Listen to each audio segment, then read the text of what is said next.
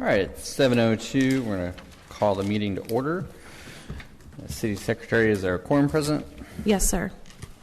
And, well, in a moment we'll get to the joint hearing. And we're going to move to item B, invocation and pledge by former Jersey Village Fire Chief Frank Marr.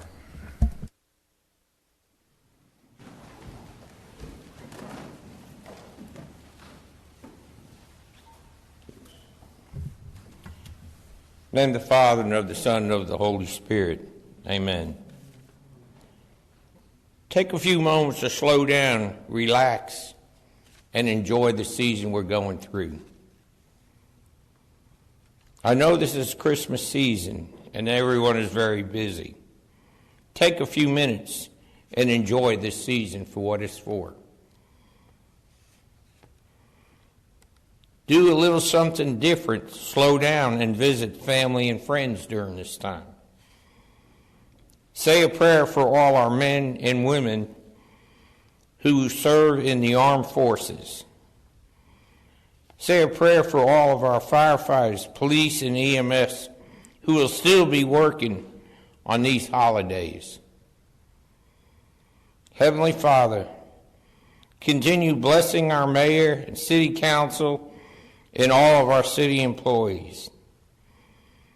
And to you all here, take time to visit or write a note to someone you haven't spoke to in a while, and wish them a blessed and very Merry Christmas. Amen.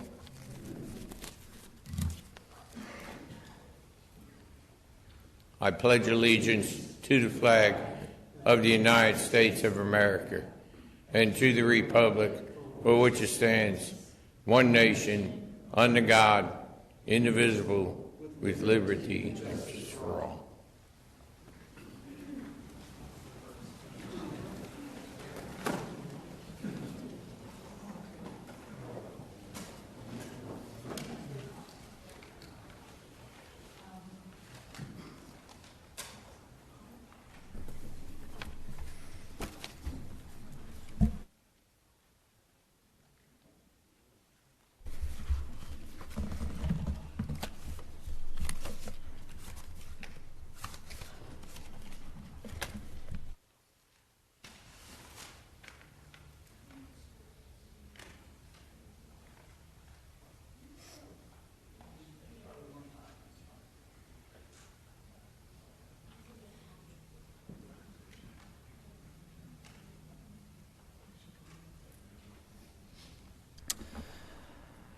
Apologies if y'all hold up. I've got to look for a document that was emailed that I don't have printed out.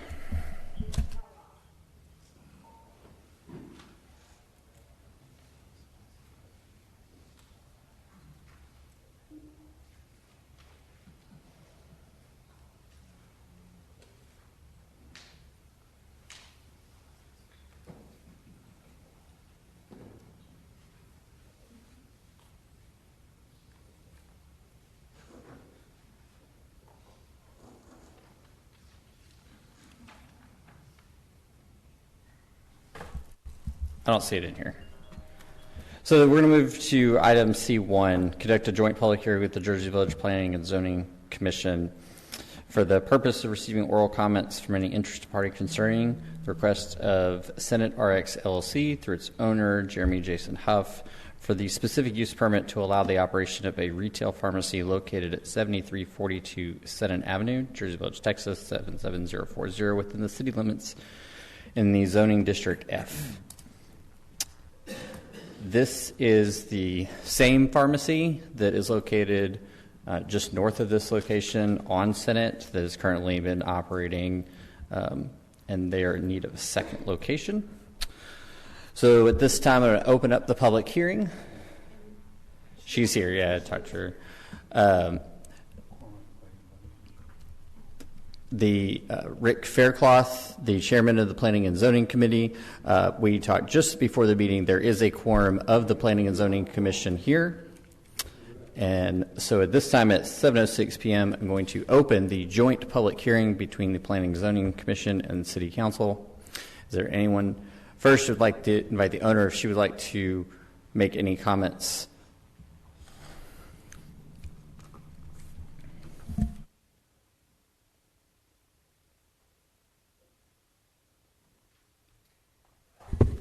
I'm Dr. Laura Smith-Williams. I'm here representing Jason Huff, who is a friend of mine. The pharmacy is going to be owned by him, but ran by me. So it's our secondary location where we're going to be focusing mainly on our mail order delivery side of the business. So that's why the second area. But we'll be working together. So just a business expansion. So thank you. Is there anyone else that would like to speak on the joint public hearing regarding this pharmacy and their interest in a specific use permit? Seeing none, I'll close the public hearing at 7:07 p.m. and the Planning and Zoning Committee will move to discuss further. We're now going to move to citizen comments.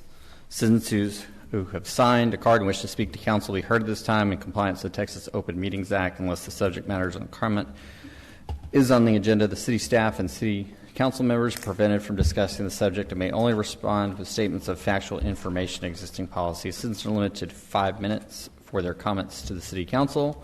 And the first is Jim Fields.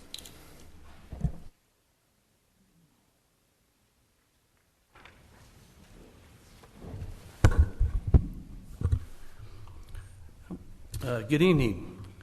My name is Jim Fields. I live at 16413 St. Helier. And again, thank you for allowing me to contribute to tonight's meeting. I want to give some kudos to the city. City beautification, landscaping Highway 290 west to North Eldridge has been cleaned up and looks great. I think it's always good to have a great image for our city. The city campus session, it was a long one, and I want to thank all the city council members that attended. That was a very long one. But I want to thank, special thanks to Council Member Hughes for your leadership in the 3-hour work session, introducing a phased approach of first moving city employees to a better working environment and rethinking on how the city campus could be better utilized. Also want to have thanks to Dennis Peterson, a highly experienced and respected industrial engineer who provided much valuable information in the determination on how to best utilize space efficiency and save the city millions of dollars. He is working pro bono, and this city should use his services to the fullest. And Christmas festivity. Kudos to the church.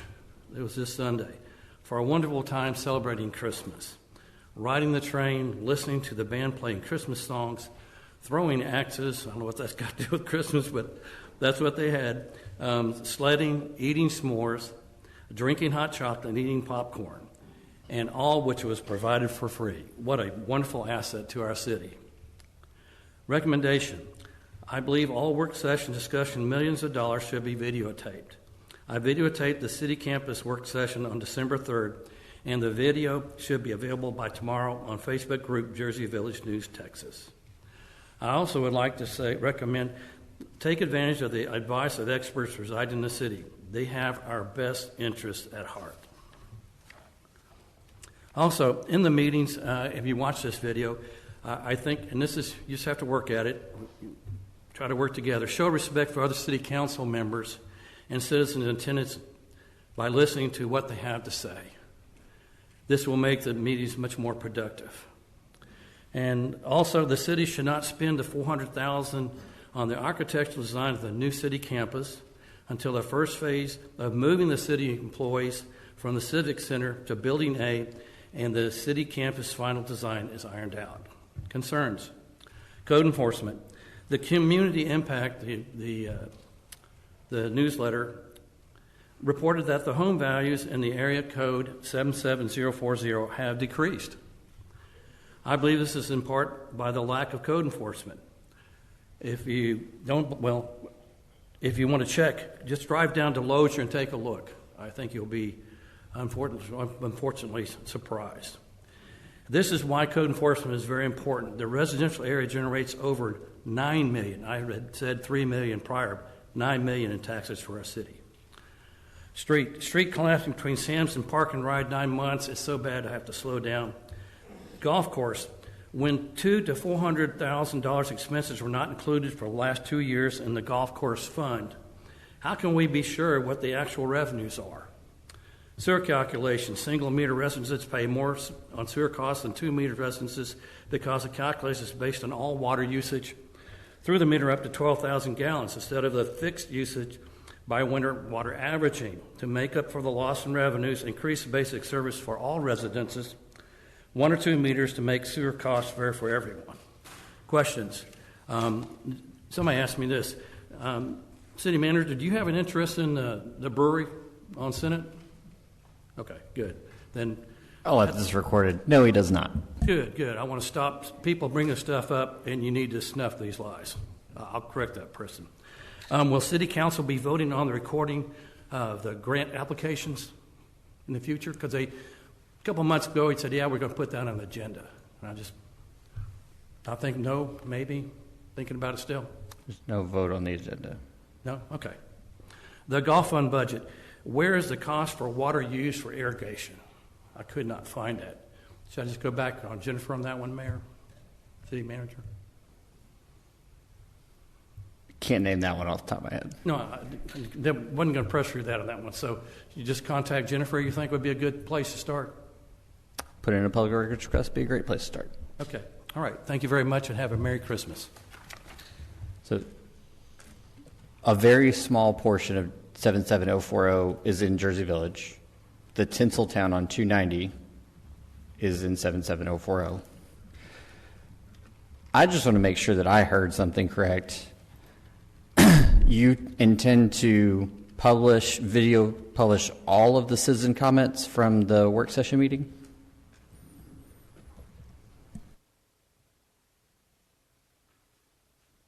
No, sir. Just not the citizens' comments.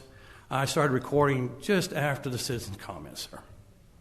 And all the way to the end, 3 hours. So I'm going to put that out there for all to see. It has a lot of useful information in there. Yeah, I agree. I think all of it, though, is very useful information, unfortunately. Okay, thank you. Kimberly Hanau.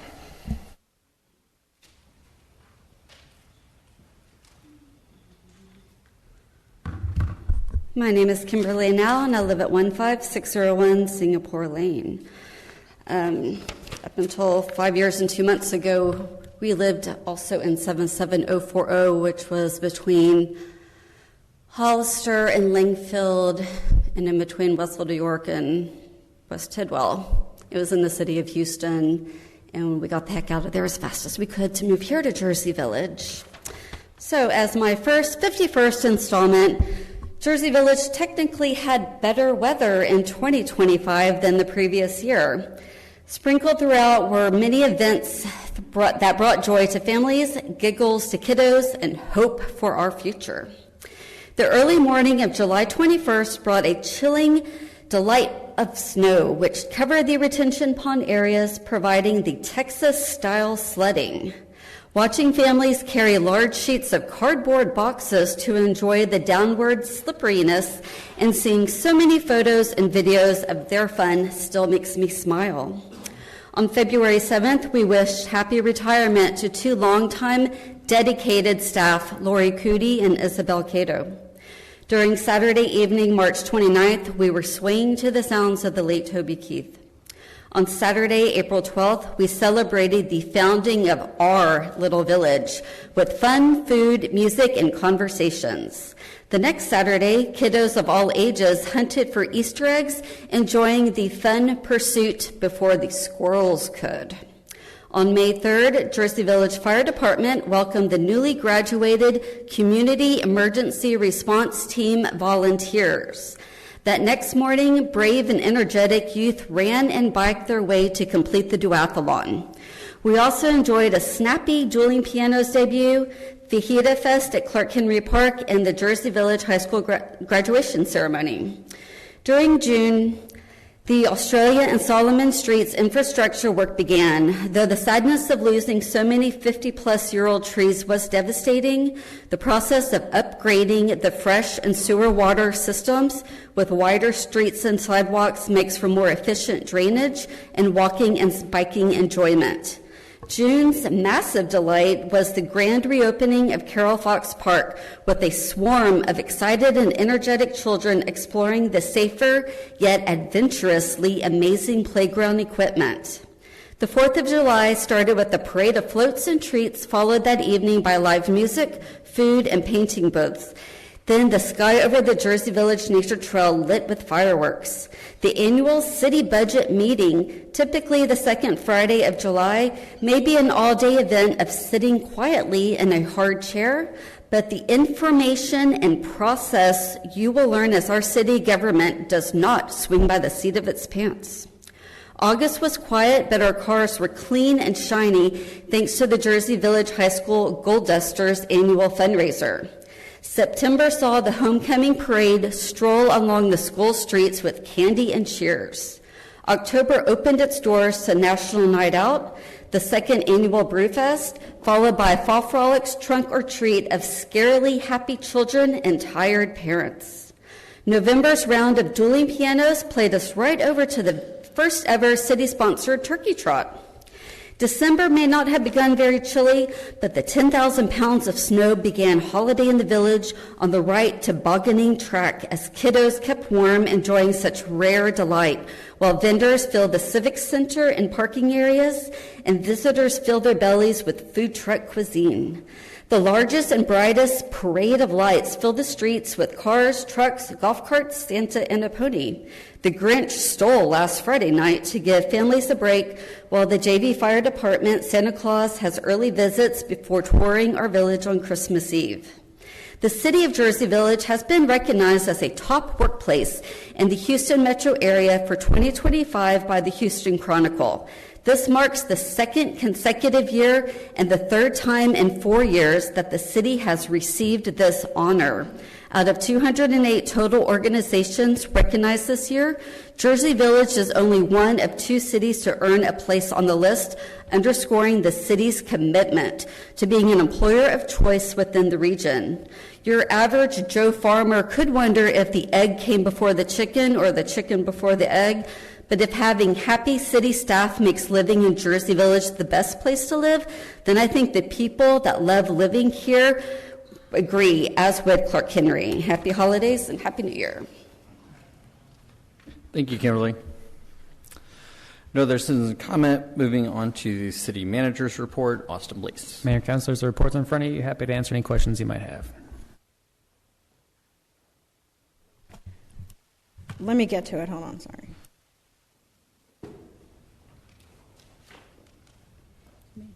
I know. Okay, so I don't know if this was normal, but in the police department's December monthly report, I really appreciated,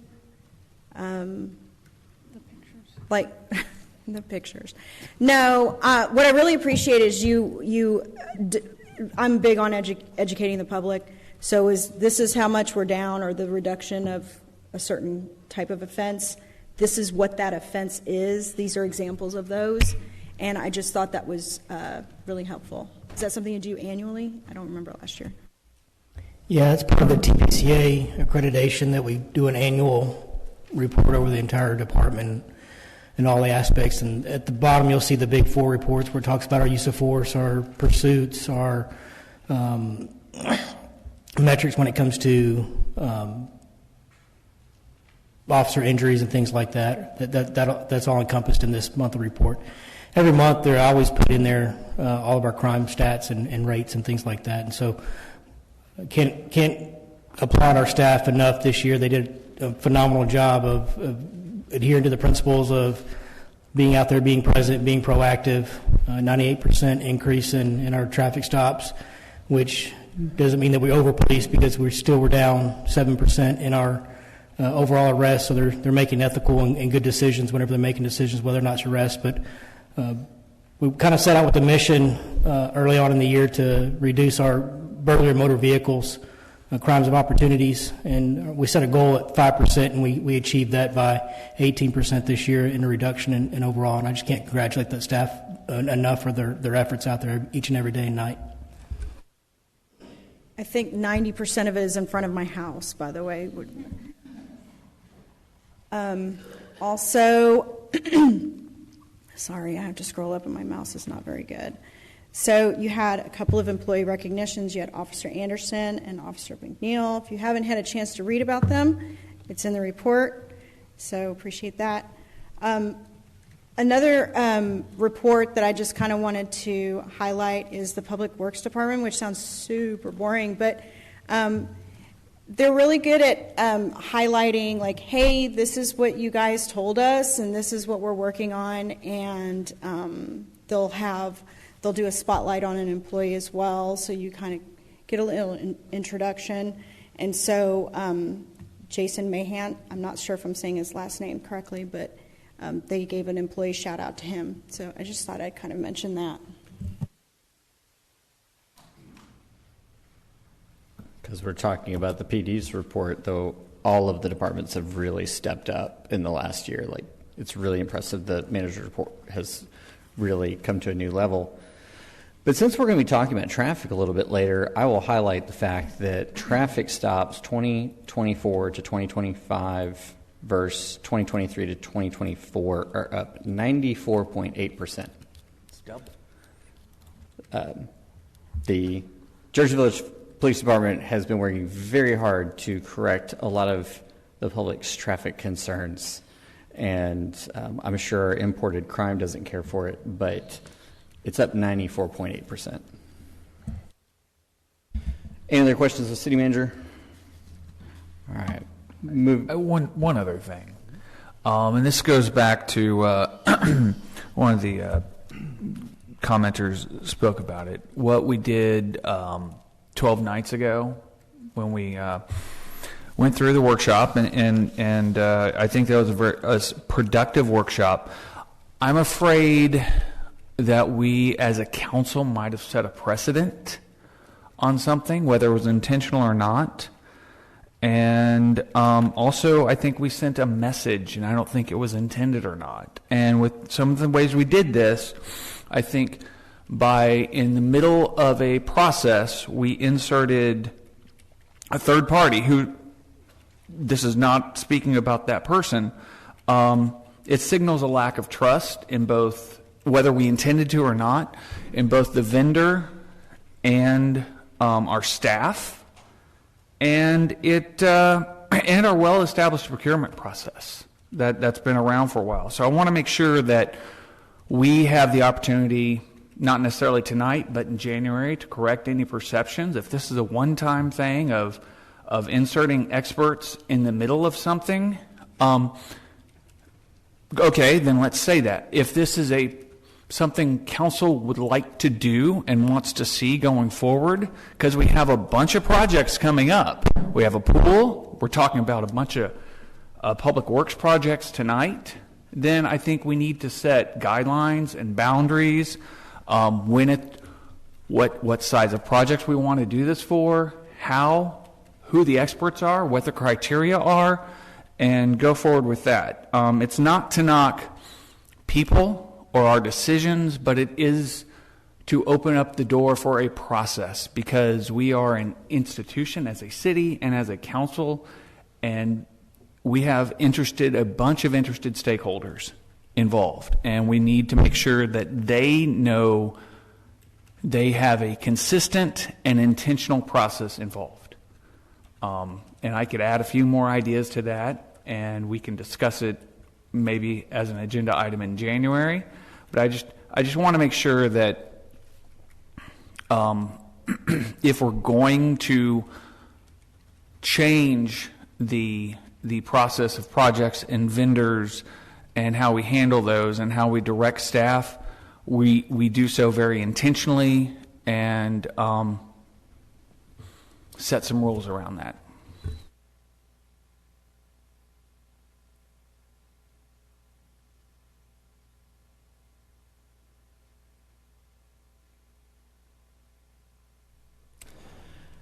Thank you, Drew. I would echo a lot of your comments. I think, nobody else has any. We'll move on to the consent agenda. This time I've put forth the consent agenda. We've already removed item F3, 4, and 5. Would anyone like to adjust or change anything else in the consent agenda? Can you repeat which ones you said are removed? Sorry, I didn't get that memo. No problem. 3, 4, and 5. When were they removed? Just out of curiosity. Sorry, Councilmember Hughes emailed right before the meeting, a little early this afternoon, just asking to move those off. Okay. Is there any way when we do that, because everybody's well within their right to remove them, but if there's any way we do that, we can get communication on that so that we're prepared, so everybody's aware? They just add a name to it when we remove them. Okay. I'm sorry, you said what? Yeah, I'll just add a name to it when we pull them off. Yeah. I mean, you don't want, if I request it, you don't want me to CC everyone, either Courtney or whoever it's directed to, Austin, it's their responsibility to CC everyone, correct? Absolutely. I wasn't insinuating you needed to do that. I was just curious, like, if we do that in the future, I would prefer to know it beforehand versus finding out in the meeting items are being shuffled around.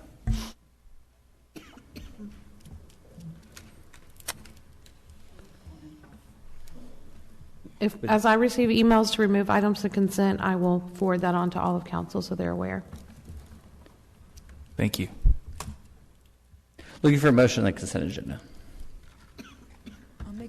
I'll make a motion to approve to approve the consent agenda with the removal of the 3 items F3, 4, 5. I'll second. Have a motion and a second. All those in favor? Motion passes. Moving on to consent agenda F3. Consider ordinance 2025-43, amending capital projects fund for the fiscal year beginning October 1, 2025 by $6.6 million in revenue, 6.6 in expenditures. So this item, we recently had the bonds. This is in relation to the pool bond and establishing a fund for that pool bond. Councilmember Hughes, do you have anything?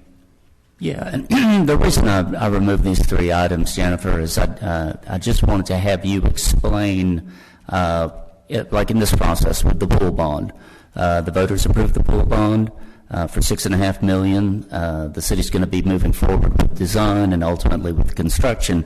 And I just wanted you to explain for myself and also for the residents what that means from a financial standpoint in terms of, because I know in here you've got a bond issuance cost of $130,000 and then the $6.5 million on the bond. And so have the bonds been sold and the proceeds realized, or can you just explain what that means at this point? So since the bonds were approved by voters in November, we just need to establish a budget for the project so that we can move forward with design work, where we had put a small amount in the budget to cover any work done between October 1st and the election. So we are needing to go ahead and appropriate the funds because they were not in the budget that you adopted in August, pending consideration by the voters. The plan is not to sell bonds until we are finished with design and about ready to go to construction on this project. So there is no money. We do not have to sell the bonds yet. So a couple of items after this, we have an intent to reimburse resolution. If we wanted to, we could go ahead and bid the project and be ready to go to construction before we sold the bonds. So we have some flexibility on timing there. But our intent is not to sell until we're about ready to go to construction. And then with respect to the $130,000, was that the actual hard copy, or hard cost for issuance? That's an estimate. It typically costs about 2% of the par amount of the bonds for costs related to the sale of the bonds, and so I've just budgeted that amount. So essentially you're just incorporating into the budget the anticipated revenues when the bonds are sold and the expenses associated with realizing those revenues, but we're not getting the money and we're not paying that expense yet. We just have it in the budget. Correct. This is strictly a budget item. Thank you.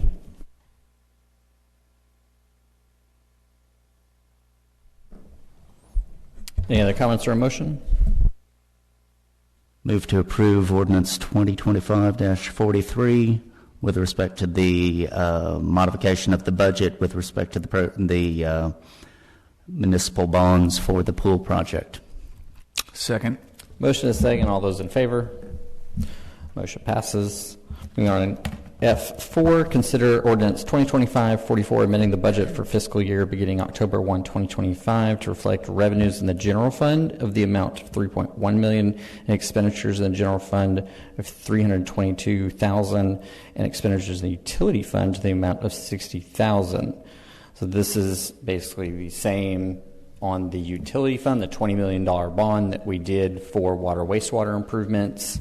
And Mayor? No, this is not. related This to is that. the, No. sorry, this is the other one. Yeah. The other one, this is about, we just closed the Public Works facilities over on Taylor Road. The dollar amounts should have been a clue to me. So we've just closed on those, and this is allocating the budget changes. There was an assessment of the operations of the building, and 66% of the building is general fund expenditures, and 34% is utility fund. That's why we're touching both funds. And Councilmember Hughes, any more question?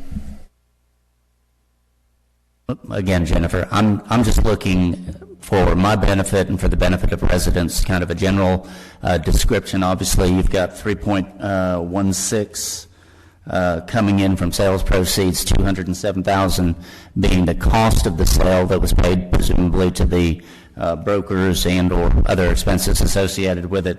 But can you just go through a quick breakdown on how that money gets put into the funds and what it means for the funds? Certainly. So we actually, the cash to the city was a little over $2 million from the sale. The amount of, the gross revenues were $3.16 million, and then we had some costs associated with the closing of the land.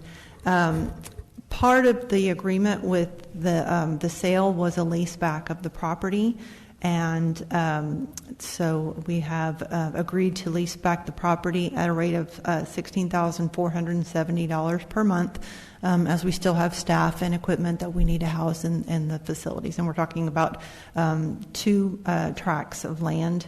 I do apologize. It was more than $2 million. I was only looking at one of the tracts of land.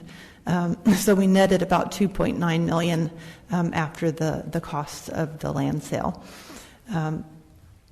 This is would be establishing a budget, recognizing the revenue from the proceeds, establishing a budget for the cost of the closing, and then establishing a budget for the lease as we need to make our first lease payment in January, prior to January 1.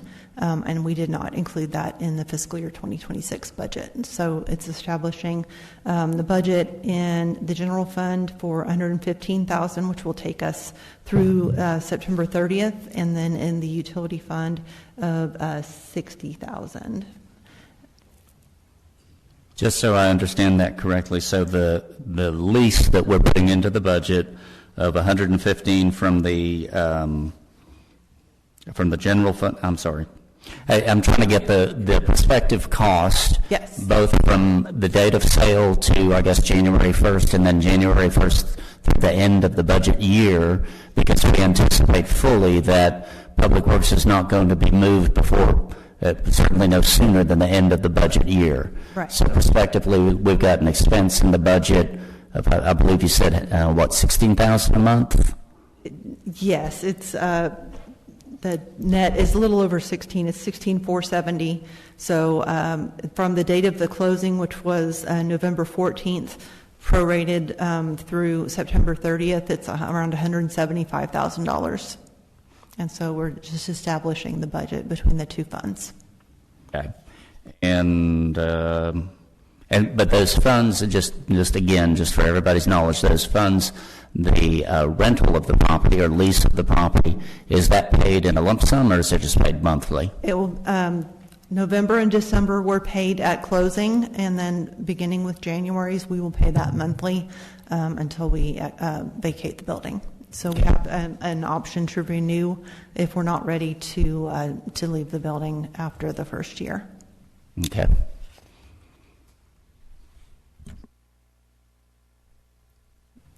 Make a motion to approve ordinance 2025-44 with respect to the modification budget in connection with the sale of the property on Taylor Road and the use of the funds for their prospective lease. I'll second. Motion and a second. All those in favor? Motion passes. Moving on. Consent F5. Consider Resolution 2025-81. As Jennifer has already stated, this is a formality with the IRS so that we can start to make these expenditures and we can issue the bonds in a way that is more beneficial and fiscally responsible for the city. Councilmember Hughes. And again, Jennifer, I'm just looking for a conversational explanation of what's happening here. These are the $20 million in water sewer bonds that the voters approved, and I think we're going to be jumping into pretty quickly in the latter part of the agenda. Some immediate expenses are going to be incurred, and so what exactly is this doing with respect to the bonds? Have they been issued, and the expense of the bonds incurred, and how does it get booked on the budget? So it takes roughly 60 to 90 days to put a bond sale together, and so since the bonds were just approved by voters and the election ratified by you all at the November meeting, obviously there's not been time to sell the bonds yet. So, but we have projects that are ready to move forward, and so there are several projects on the agenda later this evening. So the IRS actually lets us move forward with projects ahead of selling the bonds, and allows us to basically reimburse ourselves from the bond proceeds. And so we will track all of the expenditures that were included in the budget according to each project. And as long as we do a resolution stating our intent to reimburse from those bond proceeds within 60 days of the first expenditure of fund, then we are allowed to do that under the IRS regulations. And so this resolution is strictly just stating our intent to finance the expenditures related to these projects from the proceeds of a future bond sale. And just to add, for anyone who's listening, municipal utility districts do this all the time. When do we think we might hear from our bond sales? Is that January, February? We haven't even started yet, so I would anticipate sometime in the spring. Yeah, I have to get through the audit first. And I believe the council direction that we had, maybe not formally, but informally amongst the conversations, was to issue everything at once and to not issue debt for the pool until we knew what the amount would be. So that's kind of what the target is. Move to approve Resolution 2025-81 with respect to earmarking funds for the $20 million water and sewer bonds and the use of them and the planned issuance of those bonds. I'll second. Motion and a second. All those in favor? Motion passes. We go on to regular agenda item G1. Discuss and take appropriate action Resolution 2025-80 for scheduling regular council meetings. City Manager Austin Blease.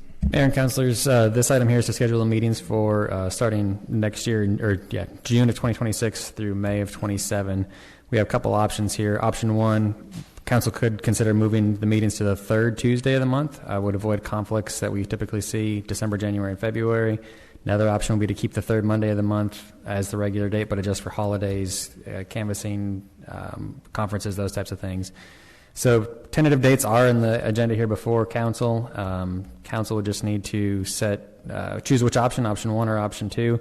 And we also are part of the resolution there is to set the May budget workshop to be held on May 18th and the July budget meeting to be held on July 17th.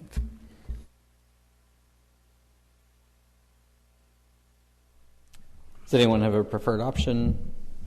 I like the Tuesday option because it gives us an extra day to prepare. And if there were any loose ends or questions, especially, I don't know about the rest of you, but for me, a lot of times I prepare for the meeting the weekend of the meeting, like Saturday and Sunday.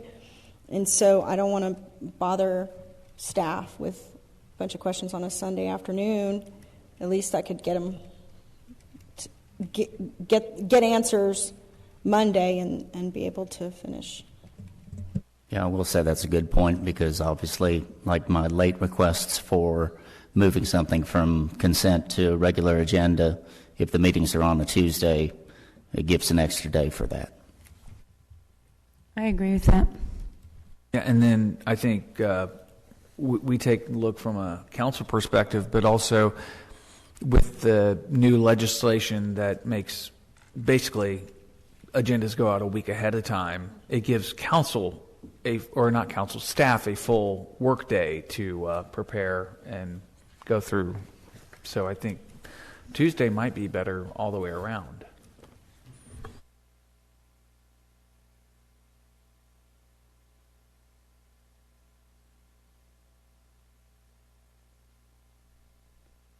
So that would be option 2, just to clarify? Correct. Yeah, I'm in agreement with option 2. Do you need a motion? There was also some discussion about the time. I'm so sorry, my microphone is crazy. The time it started. Were we going to modify that or keep it at 7? I'm sorry, I didn't. Are you suggesting moving the time to 6 versus 7 because of how late some of the meetings go? That is what I was suggesting.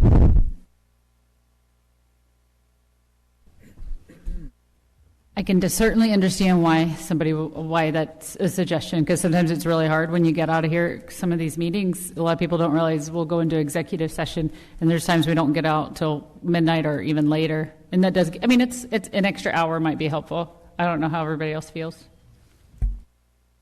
Well, the only thing is for anybody who is driving across town to make it to a meeting, 290 is really difficult, and then leaving work a lot earlier to try to mitigate that.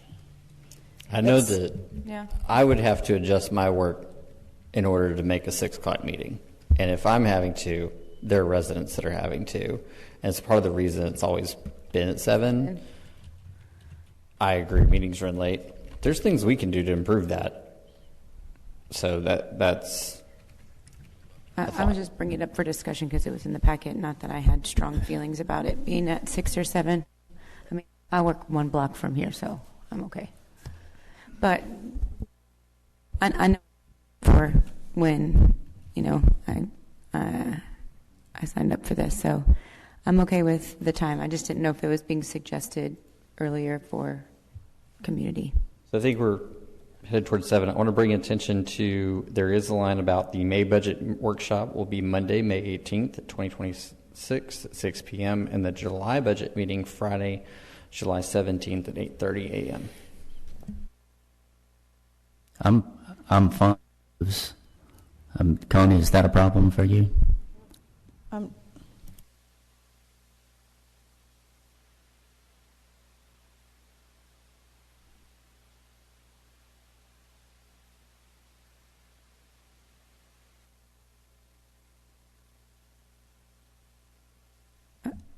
July 17th is a Friday?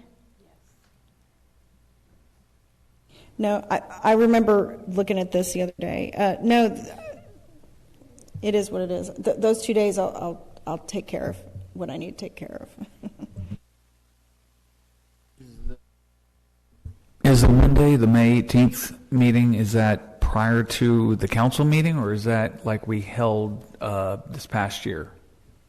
Where it was a night of its own. The council meeting in May is the 13th to accommodate canvassing, so this would be after the new council is sworn in. So you're saying I don't even have to worry about it? Unless there's a runoff. So meetings on the 13th or on the 12th? If only you could be so lucky. It would be on the 12th. Okay.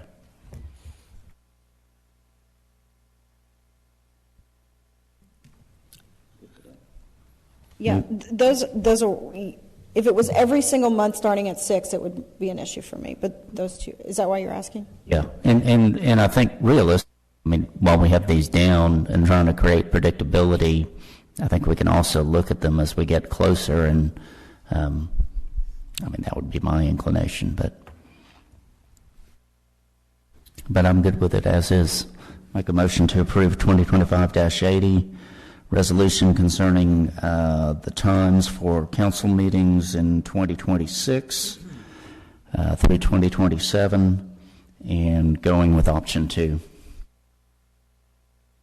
I'll second. Just to clarify, he said 2026 to 2027. I just want to make sure we're clarified that we mean as listed starting in June of 2026. I just want to make sure that clarification's there. Yep. Option 2, motion and a second. All those in favor? Motion passes. We've gone to regular agenda item G2. I just want to clarify real quick, Mayor. The May 2026 meeting is Wednesday the 13th, not the 12th. It's listed as May. Oh. I'm off a year. So it is May 12th, 2027. For 2027, yes.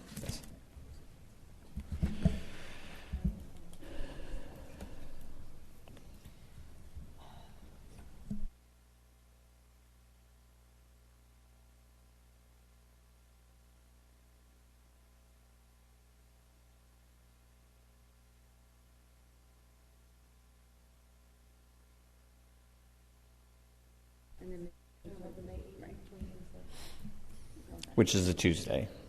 I think he's looking for clarification on it. Yeah. I think as long as we're clear in the meeting, it's May 12th, 2027, and that's supposed to... I was clarifying because we were asking about the May 18th, 2026. We were questioning the May 2026, and it will be on May 13th for the canvas. May 13th? Yeah. For 2026. For 2026. Yeah. And we're not changing this. Okay, now I see the confusion. This resolution has nothing to do with May 2026. Right. It starts. We were just asking because we were talking about the May 18th, 2026. Got it. After the resolution is passed. So there's no issue with the resolution. Correct. Correct. That's why I wanted clarification. Sorry if it was confusing. I couldn't think it. Nope. Yeah. That, now I'm following where you're talking. It's all right.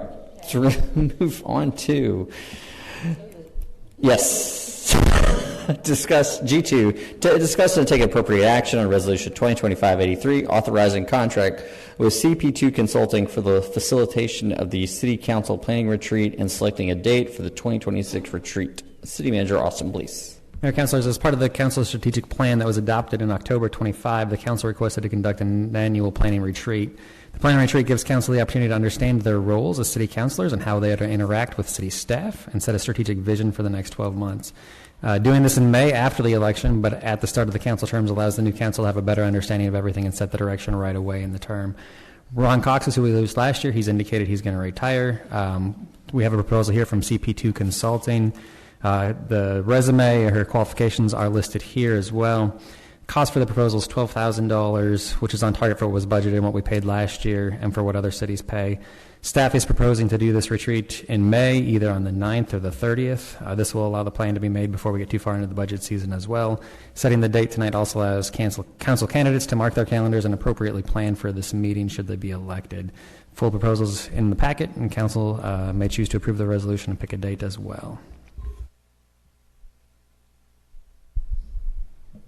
Does anybody have thoughts on the overall subject? Were there recommendations for CP2? Yeah, that's who this resolution is. Staff is recommending. I'm recommending CP2. Okay, I'm sorry. Let me say this again. Let me ask it again. Like, how did you hear of CP2? Or how did staff hear about CP2? Yeah, talking to other city managers who have done facilitations. Somebody that has used somebody besides Ron Cox, Corey, is somebody that I've kind of known a little bit and seen what she's done, and talking with managers in Texas and around the country, actually. They've been very well pleased with what she's done for their community. Austin, I'm assuming that this is not covered by any sort of a grant, that type of thing.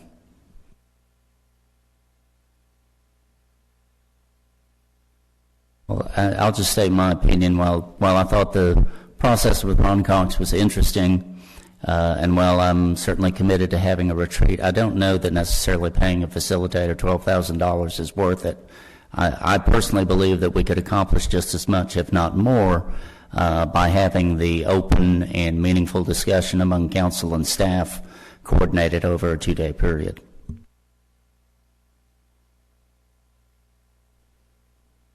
Well, who would you suggest facilitates that? Do you say over a 2-day period?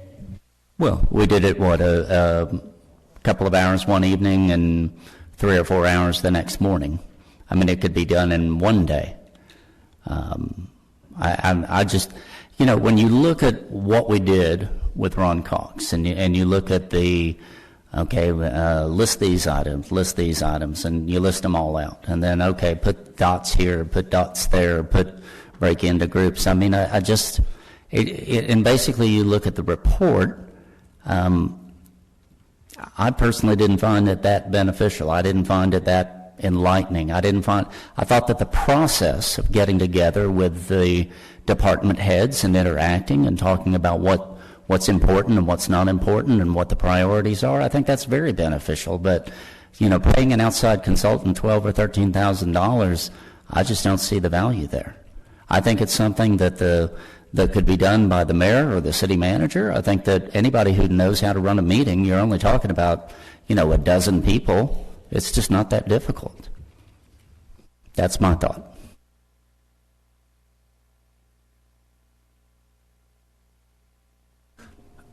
I would I hear your opinion, and I would somewhat agree with you on the output. I did think it was valuable. I would hesitate, though, that making a facilitator or moderator who is an active member of the discussion is not necessarily a recipe for success. Not necessarily a recipe for disaster, but I don't think you're going to get the most out of it as you would with someone who's effectively a disinterested third party. I'm not saying CP2 is the right person, although I think someone that understands civics, meaning municipalities and the functions and those things, would be helpful. But I'm not sure that a person internally is the best moderator. I agree with that. And I think there's some level of expense that is appropriate to put to us all being up here and getting trained adequately. It's not a paid position, it's volunteer. So I think having some small budget item that we're on the same page. And then we had really great feedback from the staff. Feeling more connected to us and more bridging the gap. And I walked away from this last one with the understanding that we would do this in the future, and it was really beneficial from both sides.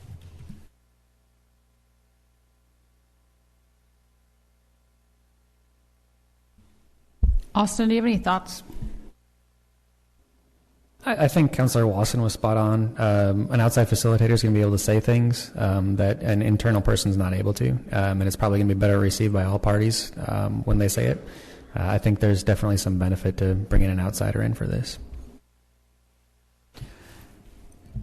Yeah, I think I kind of agree. It's not like a disinterested third party would be helpful. I struggle with the cost. I do think it could be done for less. That's just my personal opinion on that, of course, but I'm not offering to do it. So, I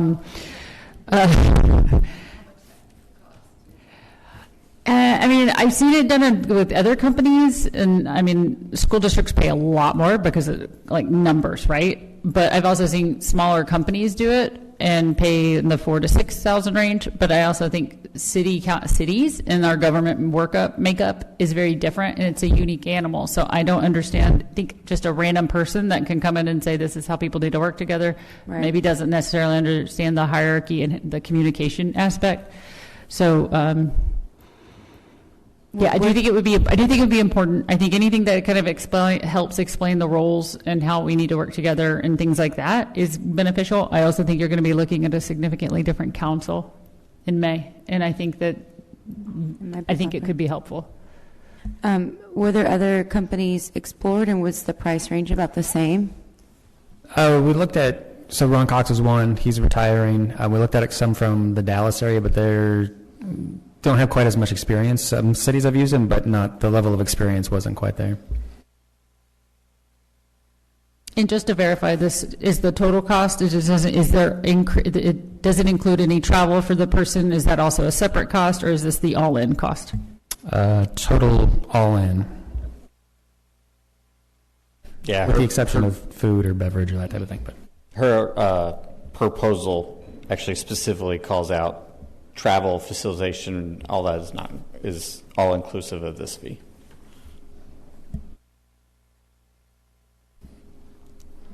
Anybody have a motion?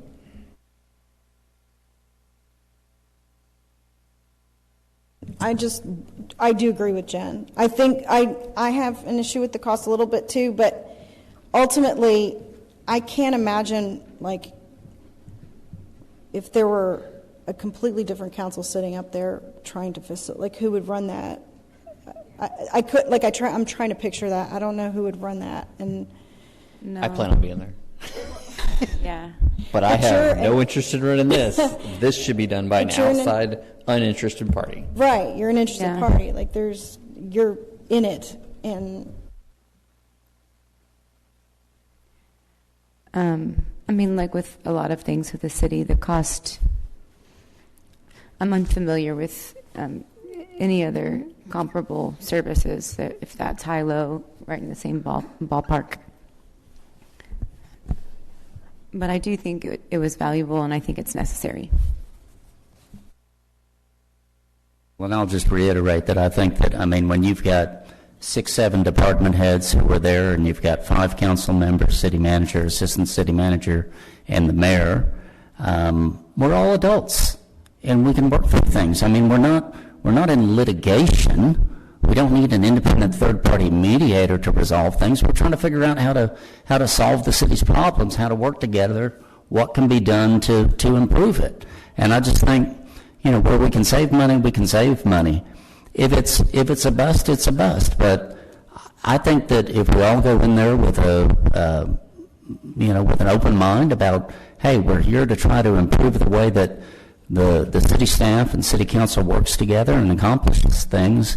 I just found that the information that we took from the 2 sessions with Ron Cox, I didn't think it was particularly valuable information. No offense to Mr. Cox, but I think that the individuals who participated would be just as capable to speak freely and come up with a good plan.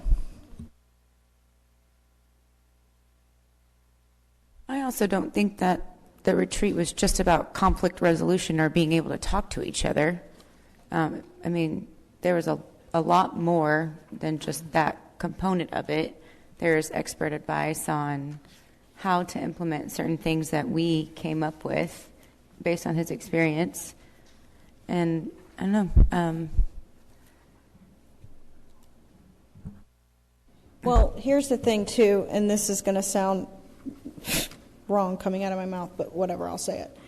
If there is one person who's not going to get anything from it and is really not going to follow any of the recommendations that are made by this professional when meeting with everybody on council and staff, then is it really a good use of the $12,000?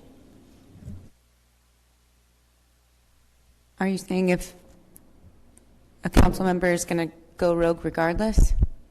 Yeah, well. I'm not suggesting that's what's happening, but I'm just saying if that were the case, then why spend $12,000? For good governance, I'd want to say that I did everything I could to or the help new people the that come process on work correctly. They just have an expert to learn their role and job and ask questions and training.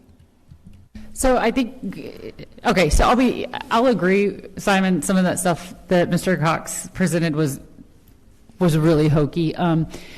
It just was, right? But I also think maybe some, like what we're missing here is the whole point, or I felt that the whole point there was to come up with like a concerted idea of where priorities lie and like what our goal is, and to kind of come up with our like an agenda as council. And I don't mean agenda have a negative term, but like a concept of where we're going, you know, like which way are we all going and what are we looking for.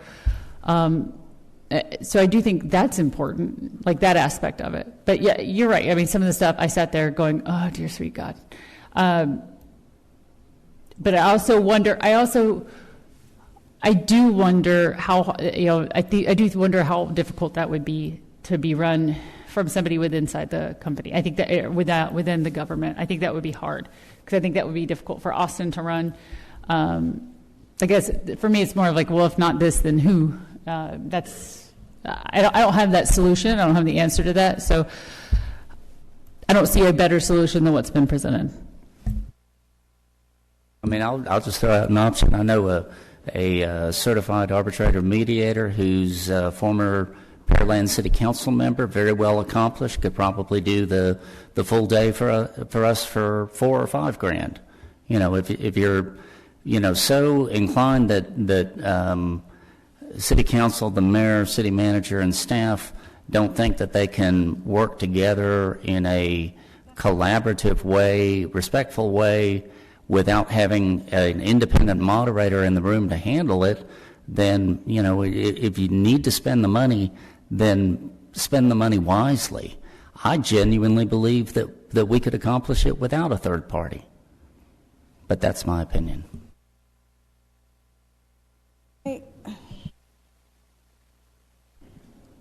The way you just said that was not what was just discussed, or at least that's not my interpretation of it. If there's somebody who wants to do it for $5,000, that's fine. But that's not right. What you just said, to me, that wasn't fair.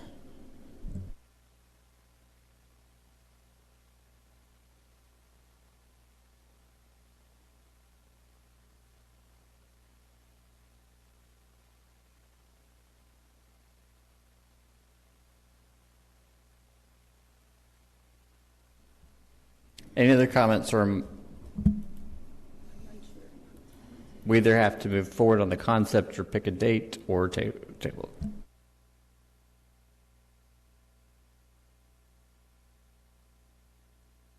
I'm sorry, what was you're saying? I will say I agree with Connie, but this, I think this resolution in front of us, we do need to make a decision if we are going to enter into this agreement, and which date are we going to do that. It does seem that the majority of council does agree that a third party, a disinterested third party, is the best way to go. I believe that, yes, if we didn't do that, it would be myself or the city manager to run the meeting, and both of us are saying it should be someone else with a higher education. And she comes very qualified with a master's degree and associations of strategic planning and governance, and understands the correct governance model, and is going to talk about the roles of staff versus the roles of council.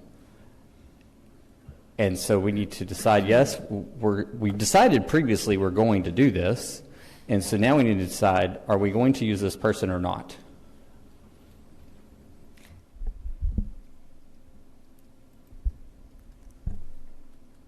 I think it would be worth using her for this year, and if it's not something we find of value, then we can explore other avenues. But I agree, it needed to be a neutral third party, and it was beneficial, and I think it's something that we do need for the city.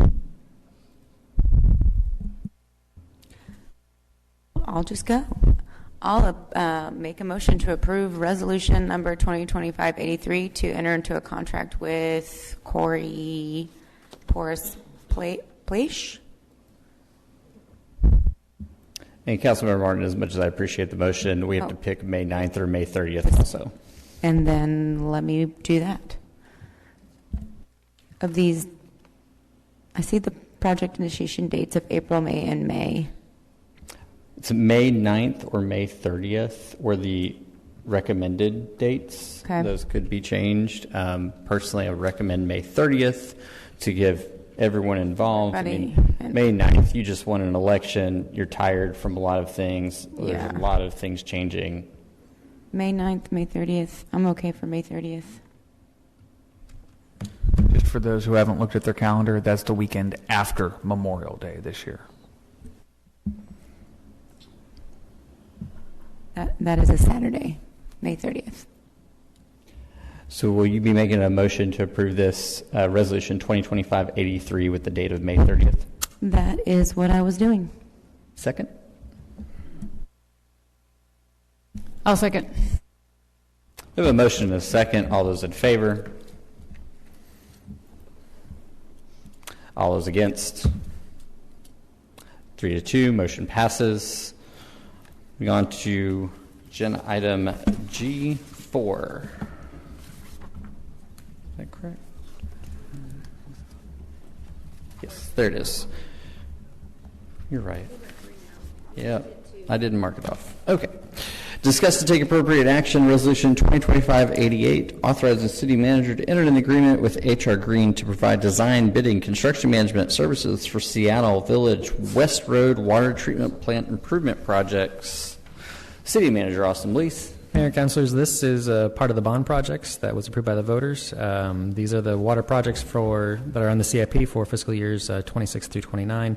Proposed costs for these services under this item are $599,300. Happy to answer any questions council has.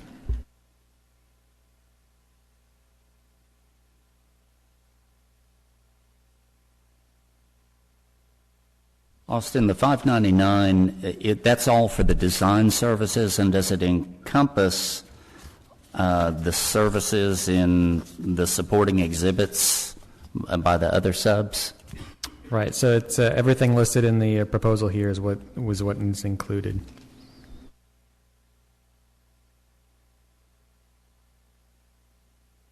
So exhibits B, C, et cetera, I think it goes through E. All of that is included in the $599, correct? So everything, it's all broken down by task and everything on page 183 of the packet.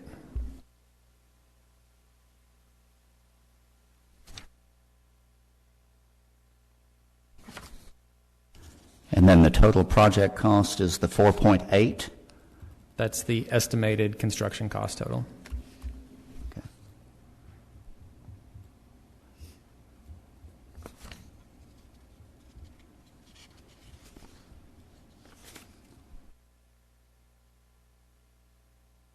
And can you briefly explain what they're doing to the 3 water plants? So this is to design the work as listed here, laid out in the packet.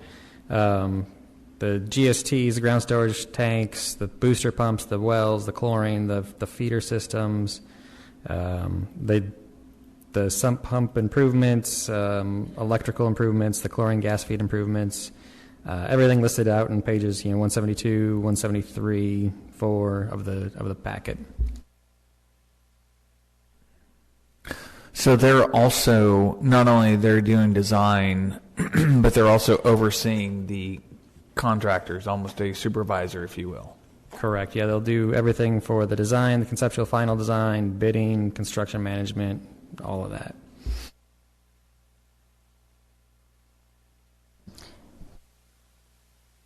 So there was an RFQ for this engineering, there was an RFQ for engineering firms that we would consult with as a city. This would be one of those firms. Correct. Yeah, we issued that RFQ back in, I believe it was 23. We put 10 or 11 firms on the list based upon their various specialties. HR Green was one of those. So they're considered a qualified engineering firm, and they will assist the city in advertising for bids, and then you as the city manager will negotiate the cost, correct? When we go out for bids, we'll bring the bids in, and if we need any assistance through that, the HR Green will help with that as well. For contracts like this, how frequently do you negotiate? So for this contract with HR Green, we negotiated the price down with them for the design or for all of the services that they're offering here. We do that with every engineering firm that we get a proposal from. But when you actually go out to bids for the projects, obviously the bid process rules at the end of that day. So I know that HR Green, in my world, is a reputable firm.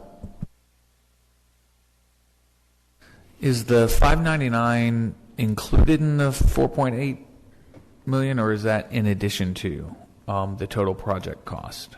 I believe that's the construction cost estimate, I believe, if I remember the packet correctly.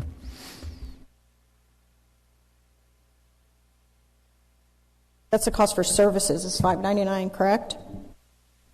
Yeah, the total cost for engineering services would be $599,300.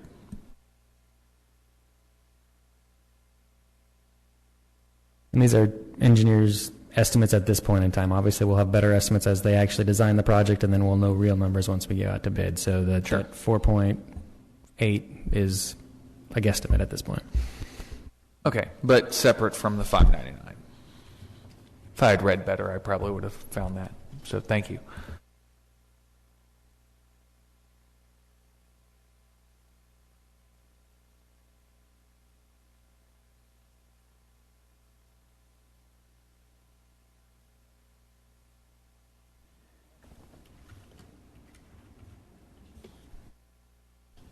Move to approve resolution number 2025-88 with respect to the contract for HR Green as to the water and sewer improvements and the engineering services.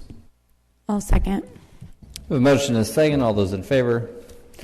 Motion passes. Moving on to agenda item G4, discuss take appropriate action on resolution 2025-85, authorizing professional service agreement with Quiddity Engineering for the 2026 wastewater collection system rehabilitation project. Austin, please. Mayor and councilors, this is for the wastewater collection system. Earlier this year, we finished the televising of the what we could. So this project here would cover roughly 40,000 linear feet of gravity lines with various ways of replacing those. Current estimated fee for the construction is $6.2 million. It does not include contingency or inflation. Additional review of another 5,000 linear feet and 20 manholes will occur before the design. Cost of this contract for design stuff with Quiddity is $898,000, which we did negotiate down as well. This project paid for the 2023 bond, and they'll help us with the engineering services that are listed in their proposal. We expect this to go out to bid October, November, so it'll come back to council around that time frame. Construction would likely begin in early 27 and would last approximately 11 months. And like HR Green, Quiddity is another one of those engineering firms where you RFQ'd out, you have your list. These are why wouldn't we do Quiddity or HR Green for all of it? It's good to separate the work out. For some projects, one, to keep everybody honest, make sure we're getting the best deals that we can for different projects and everything else. That's different people. So it's kind of a best practice. A lot of cities do that. And just to remind everyone, because I think this came up at budget time or when we were talking about the bonds, lines that we inspected, we think we could cash flow, and I don't know if this is still the case, so maybe that's a question I'll ask, but after 1980 tended to be in better shape, so we thought we could cash flow that repair, but everything pre-1980, all the wastewater lines pre that, were going to be covered for repair by the bonds. Yeah, so this will cover about 40,000 linear feet. There's going to be some other stuff that we still need to make sure we investigate, and if we do have extra costs, then we'll have to look at how we fund that, either through interest earnings from this bond that we have or utility fund.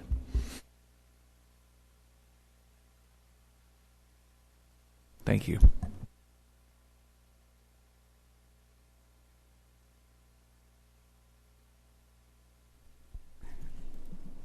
I'll make a motion to approve resolution 2025-85. I'll second. A motion and a second. All those in favor? Motion passes. Moving on to item G5, discuss take appropriate action on Resolution 2025-84, awarding the bid and authorizing city manager to enter into contract with MK Painting Incorporated for the 2025 Seattle and West Water Plant Rehabilitation. Robert Bassford. Good evening, Mayor, Council.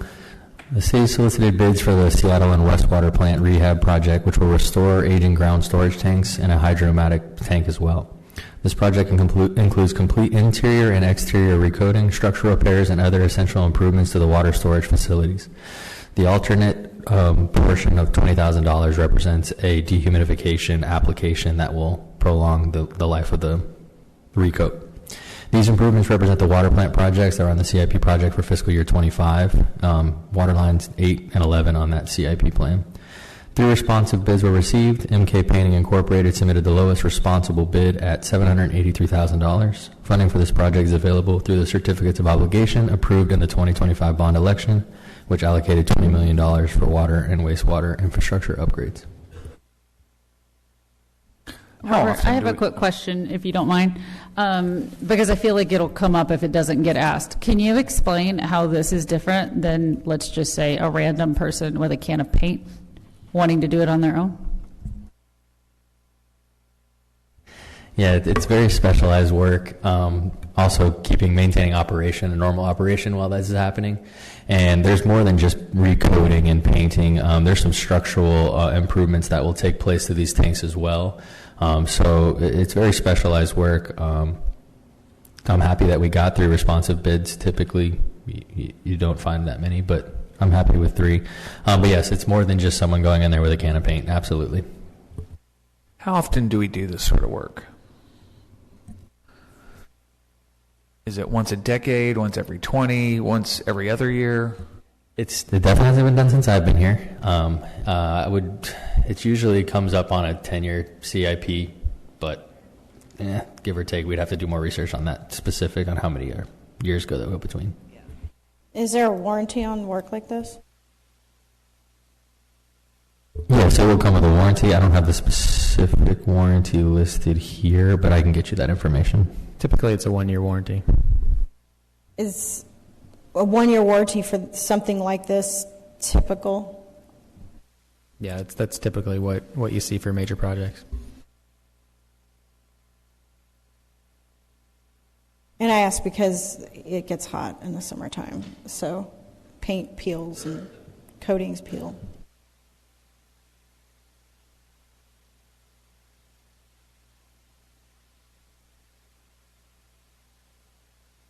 Okay, I'll make a motion to approve Resolution 2025-86. I second that motion. I have it listed as 84. Is that not right? 84, I'm sorry. We have a motion from Councilmember Martin for Resolution 2025-84 and seconded by Simon Hughes. All those in favor? Motion passes. Moving on to item G6, discuss take appropriate action on Resolution 2025-86, authorizes the city manager to execute an agreement with Garza EMC LLC for design bid construction phase services related to the Wall Street Subdivision Improvement Project. Robert Bassford. Good evening, Mayor, Council. This item authorizes engineering services for a street reconstruction project in the Wall Street neighborhood located east of Jersey Meadow Golf Course. This project covers portions of Crawford Street, Tahoe Drive, and Capri Drive, approximately 1,700 linear feet in total, includes pavement reconstruction, driveway connections, and limited sidewalk improvements within the right-of-way. These projects are a part of the Road Bridge Bond project list. Staff recommends Garza EMC to provide design, bidding, and construction phase services. Garza EMC recently completed the Congo Street project and is familiar with the city's standards and expectations. The total estimated construction cost is approximately $2 million, consistent with the capital improvement plan, and the proposed engineering services fee is $127,452. These services will ensure the project is properly designed, competitively bid, and efficiently delivered to improve street conditions in this neighborhood.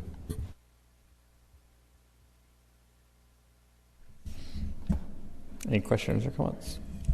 Was any of this work on Crawford and the other streets, Crawford, Tahoe, and Capri, was it when they put in the pump systems having to do with the golf course, did that cause any of this, or are these just streets that have never been addressed properly, or not, at least not in the last 6 to 8 years? Correct. You're hitting it on the head. These are the portions of those streets that were not touched as part of the Berm Wall Street project. So it's the completion of those streets that hadn't been touched.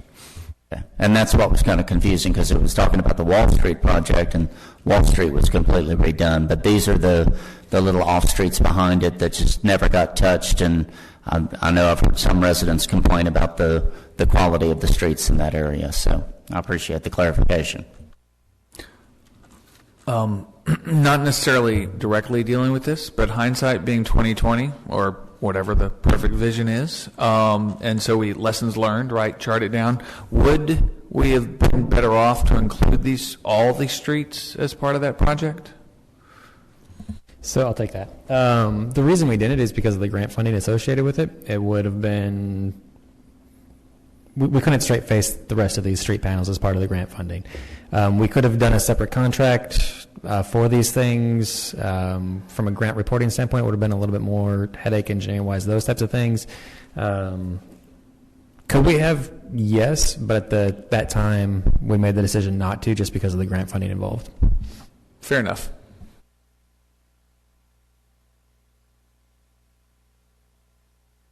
Move to approve resolution number 2025-86 concerning 1,770 linear feet of roadway in the Wall Street neighborhood, contract with Garza.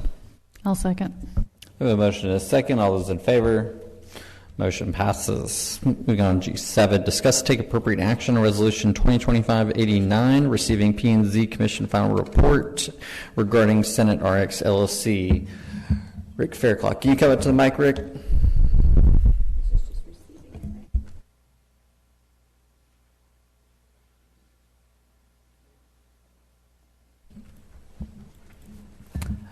And Chairman Fairclough, what was y'all's final report? Yeah, the P&Z Commission met after our public hearing, and we agreed to go through with this specific use permit for the second location of the RX facility. It was unanimous. We had no. Thank you. Okay. Thank you. Unanimous recommendation to approve the specific use permit. Can I get a motion for approving resolution 2025-89? I will make a motion to approve resolution 2025-89. I'll second. I have a motion and a second by Jennifer McCray. And all those in favor? Motion passes.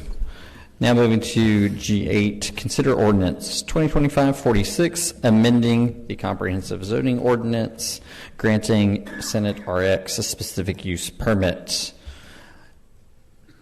City Secretary. Yes, Council. So this is basically what just Planning and Zoning recommended approving. This would be a second retail pharmacy over on Senate Avenue, and as explained by the applicant, this is more for delivery prescriptions. Walk-ins are welcome, but they would mostly be doing mail order.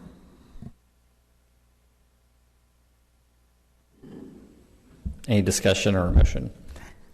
I was just going to say that I'm glad that we have a business owner that set forth in Jersey Village and wants to expand in the same city. So I'm happy about that. Yeah, appreciative that they came to speak. I will make a motion to approve ordinance 2025-46, approving the special permit use. I will second. I have a motion and a second. All those in favor? Motion passes. Moving on to item G9, discuss regarding City Council compensation options. Before the city manager talks, I have heard a little bit of feedback. I know Councilmember McCray talked about this at a meeting. Is there a second council member that wants to discuss these options? I'm sorry, wants to discuss what? I've heard it from at least one council member that they didn't want to pursue this. So I wanted to ask, is there a second person that would like to discuss these options? I know at the strategic plan, it received 1 dot. And if there's not a second person interested, then we can move on in the discussion. If there is, happy to talk about it, but I'm not sure that there are 2 council members that would like to talk about council compensation options. I don't think anybody does. I'm certainly not interested in it. Yeah. I'm right with you guys. I don't care for that. Yeah. All right, we're going to end discussion for item G9 and move to item G10, discussion regarding city personnel policy to include holiday personal sick leave. Councilmember McCray. Yeah, first off, I'd like to say that what I wrote in here is not what I sent in, but that's okay. This is in the email. I sent an attachment with other stuff.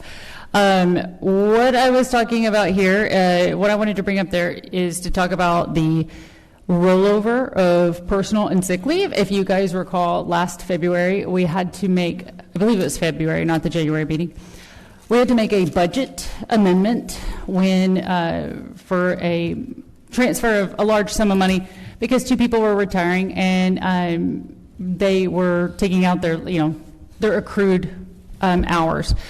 So I just thought we should discuss this. I know a lot of these decisions and this stuff is more made during the May meetings, during budget discussions, but I also feel like so much gets discussed in May that sometimes there's not an opportunity to have an actual thorough discussion on things. So what I attached in here is a copy of the vacation days, the holidays, the personal and sick days for the personnel here with Jersey Village. And it was more just something I noticed is I think it might be prudent to discuss how much how much vacation leave people are allowed to carry over each year. It seems like a lot to me, but I could be wrong. I just also think it's something that needs to be considered when we think about the fact that it's obviously a great place to work here. People like to work here, which means people tend to stay a lot longer, which is absolutely 100% the goal. But I also would hate to get us into a situation where every time somebody's going to retire, a budget amendment has to occur to pay out saved vacation days. So I just wanted to have a conversation about it. There's nothing actionable here. It's more of just, let's have the conversation so that maybe there's an actual direction in May, if anybody's even interested in it in May. I will say that I checked in comparison to what the city offers its employees with roughly 16 paid holidays, 12 days of sick leave per year, and then roughly 2 weeks vacation to 2-year employees, 3 weeks for 2 to 5 year employees, and 4 weeks for 5 to 20 year employees, and then 5 weeks for 20 years up. That in comparison, for example, I was speaking to a friend of mine who's HR person at a large bank, and basically they're looking at 10, 10, and 10 in terms of holidays, PTO, and vacation time. And so between that, where I think that the city has a very generous package right now in terms of their leave plan, and then I didn't see in reviewing this plan a significant cap on the rollover, and I think that a big part of that is you do provide PTO and holidays and vacation so that employees can take off and get recharged and reinvigorated and come back and ready to work hard. And it shouldn't be provided as an incentive for people to gunny sack those days and use it as a savings account, and when they retire have a significant burden to the city. So I would definitely be in agreement that the city should adopt a plan that limits the rollover, limits the aggregation of vacation, so that employees are encouraged to take their vacation, take their PTO, try not to be sick, but basically that we're not building up, in addition to the other compensations, or other parts of their compensation package a structure where vacation days are accumulated, and then it creates a big liability to the city upon that employee's exit.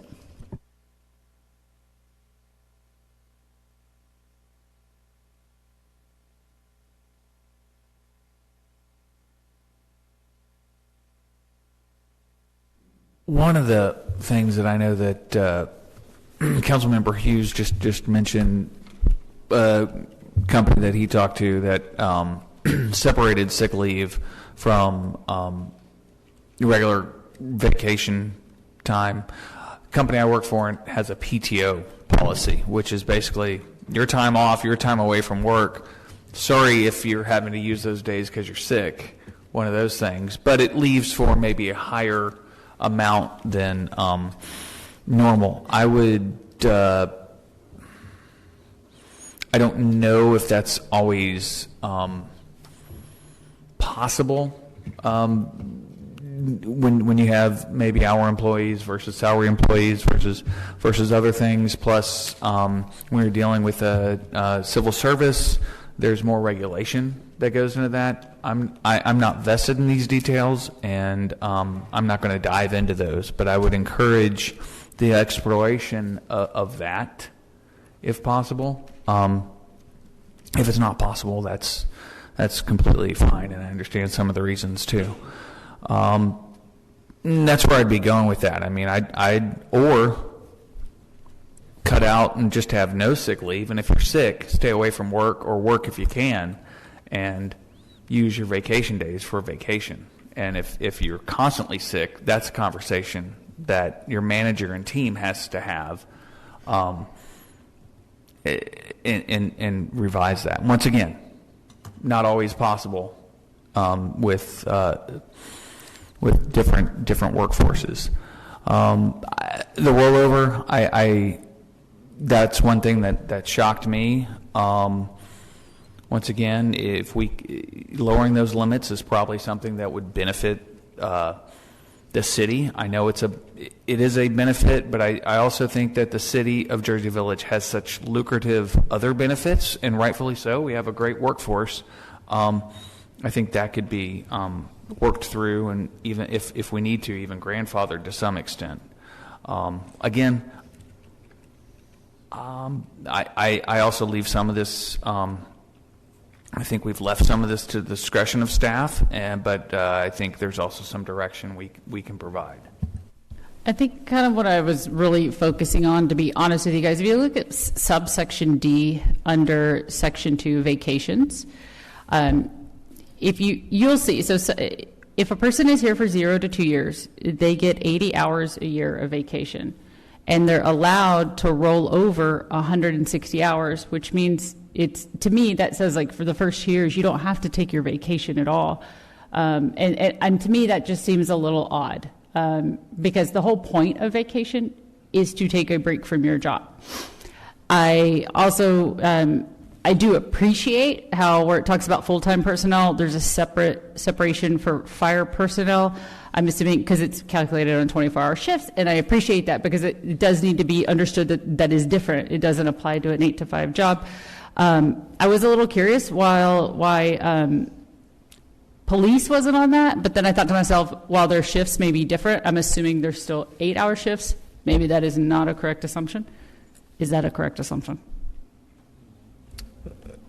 No, it's not. Well, because I was trying to understand, I was like, well, is police different? Do they have a completely separate situation? Does it fall into this? I guess I was just trying to understand, because I also don't want to form an opinion without completely understanding something. But it just seemed really odd to me that it looks like, for the first 2 years you're here, you don't have to take vacation at all. One of the things I noticed, we all have a lot of different experience. A lot of it's private sector. And since you bring that question, Laura, I'm going to ask that you come up.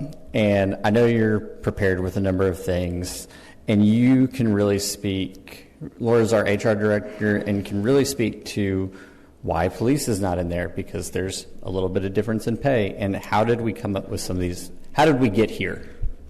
Yeah, good evening. So police and fire are different. Their schedules are different. Police are on 12-hour shifts. They work 84 hours per pay period versus fire is different because they are here 24 hours a day. So their schedules are completely different. Abram, can you turn that up just a little bit more? So 12-hour versus 24-hour, that seems the same, but at the end of the day, on a 2-week pay scale, that's not the same. No, so firefighters and police, if you do their entire year, remind me of the total, that was 2784. 2184 is the total number of hours that a police officer works in a year, and fire is... We work, the fire department works on a pay period. The fire department works a 106-hour pay period before they obtain overtime versus like a regular 40-hour. I think the PD is 42. It's 2756 for the year. Sorry. Yeah, so the hours that a firefighter works versus a police officer versus another employee are completely different. So the days off, technically, are a lot different as well. And then these vacation caps and sick time, where do we come up with these? We do studies for these. Yeah, so we did do a PTO survey from other comparable cities. Well, actually, a lot of cities. We got 30 responses. But the caps, the rollover amounts, it used to be, I believe, 160 across the board. And then we did, when council approved the policy as is, those were changed based on employees were using leave, and then, like, for example, dispatch. They were short-staffed, so they were having a hard time using their leave. So we increased the rollover amount to help encourage, staff to be able to use their leave in appropriate time. But the more you accrue, the harder it is sometimes to use that leave, especially if you're understaffed.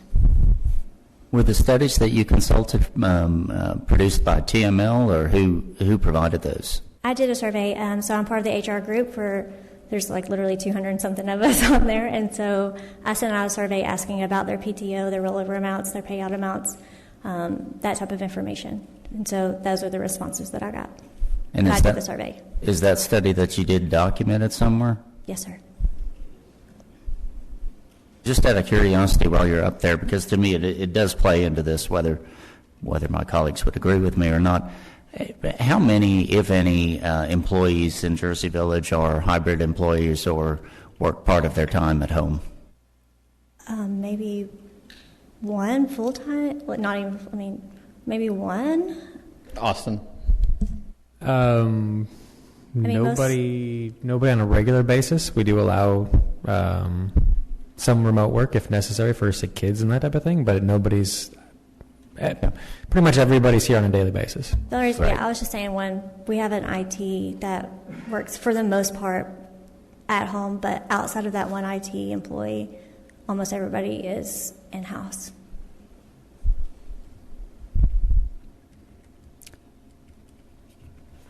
With regards to, a lot of this has come up from a rather unique situation that we had. Have we had any other retirement since then? Do you foresee this being a problem in the future?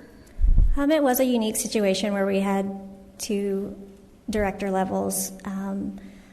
Not that I'm aware of has it been an issue in the past. We did look at the payouts for some other employees that have retired or left the city, and it was not such an impact as it was with 2 director levels for retiring at the exact same time. Do you know how long those employees were here? How long it takes to get to a level that it would be a significant payout? Those 2 employees were, 19 years, and Isabel was 19, and then Lori was within the teens as well, in the teens as well. But it does take a while to get to that level, and it was a one-off. Maybe not a one-off, but it's a rare occurrence in what I've seen to have such a large payout amount. My discussion with staff and looking through it, we prorate sick time, and to get to a point that becomes a significant, you also have to be here 10 years.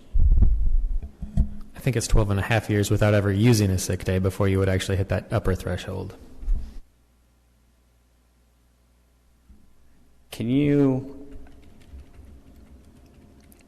unfortunately, when these topics come up and get public and council starts to look at these, it has an impact on our culture.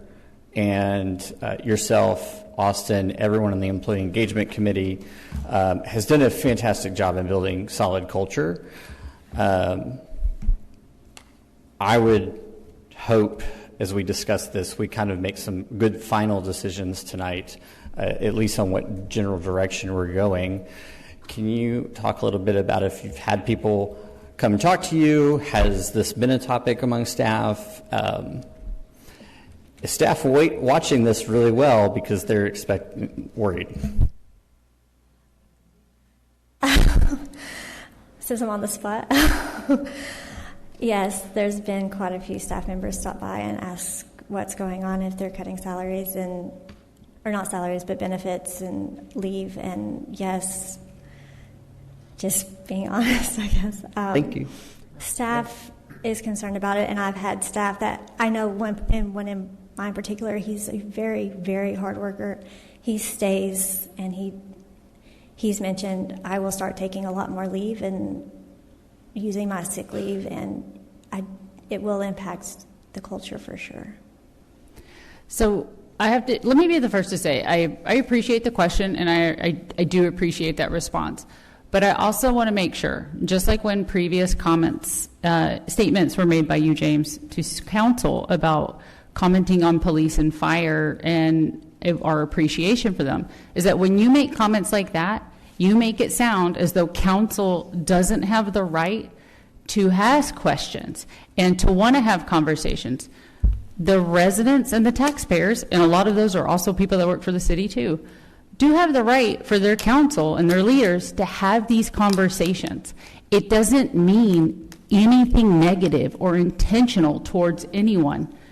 But when you have a $170,000 budget amendment because of a rollover policy, I do think it warrants a conversation that we cannot privately have legally out loud without listening to a condescending remark because I want to have the conversation.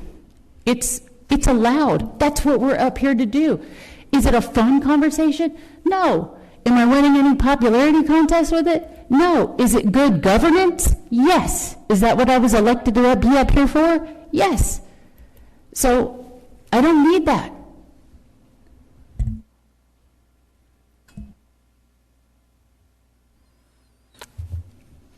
I was going to save this to the end of the discussion, but I think it's warranted. I think, from my opinion, this is not a staff are bad, we need to cut, and that's an easy way to do it. No, I think big picture, there's a, and I don't think that's the reason this is on the agenda at all. I think big picture, it's worth looking at because there's a lot of things in the city worth looking at, and that's our job.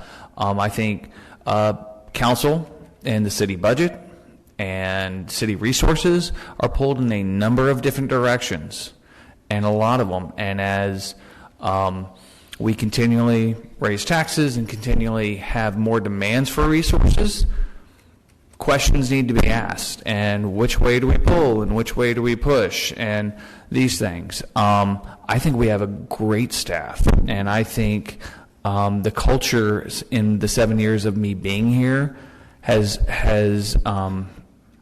risen to an ownership type culture. I think people are buying in, and they don't just go to a job, they don't just go to work, they go to be part of a team. And I don't think that this should disrupt that. That's my opinion. I think that this is a good governance type of operation that comes with working for any type of public place, although I fully admit I haven't recently worked for a public entity. And the reasons you gave, Laura, for the rollovers, I think with dispatch and some of those, that makes sense. I don't know what the outcome, other than a discussion and popping these into mind for people that will be on council in May, and for just to open up this discussion further and maybe prompt some additional ideas and thoughts and ways we can make sure we navigate these policies to the best interest of the city, best interest of the employees, and all the other stakeholders. I think everybody on council values staff, and it's not what I'm trying to point out here. It's that this subject has been marinating for several months, and it has had an effect on staff. And if we can have that discussion tonight and we can decide which direction we want to go, that is the best for the city, so that it can have a direction, and not to continue to marinate, hey, we're going to think about this direction or this direction. I think it would be best to make a decision if we want to change this or not, so that staff can make decisions. Because there's people just trying to decide, maybe I'll make my retirement decision sooner because this has a large financial effect on me. If we decide to make a change, we should really consider making a change that is effective of employees hired after this date of the change. That's all that is. This is not something that should marinate. We should make a decision. Hey, I'm going to disagree with you, James, and a little bit to what Jennifer has said, and that is, originally she set out in this looking at salaries and et cetera with a broader vision, and then narrowed it really down to holidays, paid vacations, and rollovers I think primarily because of the budget amendment. But we have had the discussions and talking through through the budget sessions, talking about employee salaries, talking about the percentiles and the surveys, etc. In my opinion, I would rather not. Let's just make a decision and make it now, so people won't worry about it. I would rather say no. Let's gather some real relevant data points and sit down and do a work session over employee compensation, so that we can discuss openly and frankly what proper compensation is for each of the employees. And I know you don't like when people distinguish between the employees who are key employees as administrative personnel, but are different from key employees who are first responders, EMS, fire, and police. But by one of the greatest examples, the hours that they work, the firefighters being on 48 hours and whatever. I mean, it's apples and oranges. It's a very big topic, and I don't think that we can rush through and make a decision and say, well, we need to do this so people can't worry about it. What we need to do is give it proper and timely consideration, focus on it as one specific item in a meeting, again in a work session, because I think that's a better format for open discussion. Allow Laura to prepare and provide information in advance. Allow the city manager and the police, fire chief, whoever, to come in and provide information. Are they constrained with the current salary requirements? Are they having difficulty finding good hires, etc.? So that as council we can receive and consider all of that information in trying to come up with a better instruction directive on the policy with respect to these matters. So that would be my recommendation, that we move forward by setting a workshop at some point after the new year to discuss these personnel matters.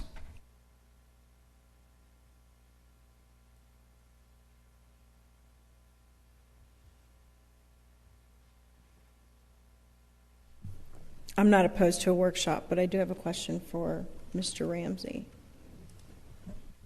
What's up? You work with other cities, correct? So, yes.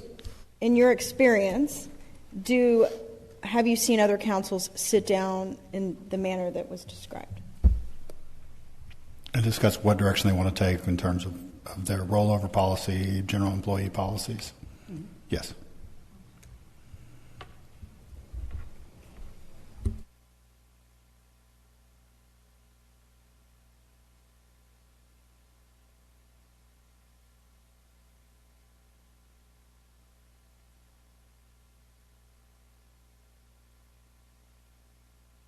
So for me, like the accrual is not the issue, it's the payout. That seems to be what I'm hearing. And I remember feeling that when we had to make that decision.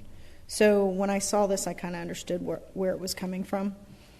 And I decided that I was going to ask Mr. Ramsey if he sees this sort of thing, because I knew that we were probably going to have to discuss it a little bit further. So I don't know if you have any thoughts on your experience with that as a council. To me, I see myself as a 30,000 foot above participant, but we are also responsible for making the decisions on behalf of the taxpayers. So that's why I'm just kind of asking you these questions. I've seen, and I'm just pulling from what I can remember on other policies I've seen, and this extends from cities and, for instance, the county. I know the county has its own, well, frankly, its own kind of animal of a policy. The actual capped rates don't seem particularly high to me, to be frank. I'm not, y'all can put those wherever you want. I'm not making a judgment on that. I want to say, for instance, at the county, I recall it was 240, I think, was the cap. So it's actually below that. Was what? 320. Yeah. Sugarland. I've also seen, if I recall correctly, payout caps. In other words, you hit a point to where you use it, you lose it, because you can build up so much money in the piggy bank. Those are kind of really the two main places where you want to set the hours, and then what kind of cap, if any, you want to put on it. And of course, when the rollover, I guess, would start. I think more. That create more questions than no, answers. but I think what you're saying, like there being a payout cap, to me, it sounds a little more like. I think in the interest of me starting the discussion is where my thoughts were going, and I understand that Laura had made the comment about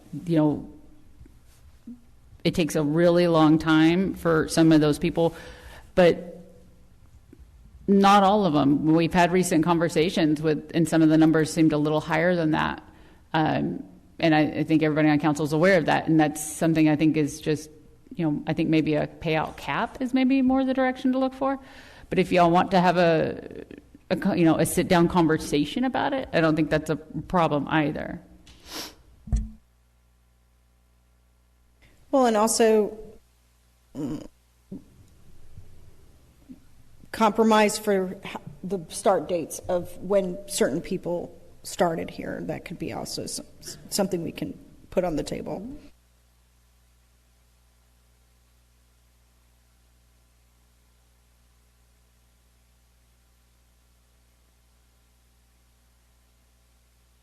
Yeah, I'm being more in line with a financial hit cap and a limit on that than on days or hours or change somebody sick. I mean, that's. There's other things I'd like to investigate too, like a sick leave pool. So somebody that's really sick, employees could donate to that or something like that. That's probably outside the bounds of this discussion. Yeah.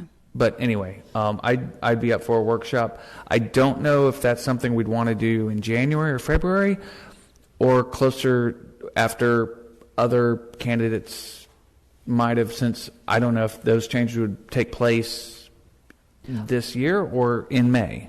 Well, like I said, the reason I brought this up is, every time I want to have a conversation about something, the response typically is, this is a May conversation. It's a May conversation. Well, there's an awful lot of conversation in May. And I feel like it's very easy for things to get buried and then they don't get the attention, and then it becomes a problem sometime later in the year as the conversation comes up again, and it's like, well, we should have discussed it in May.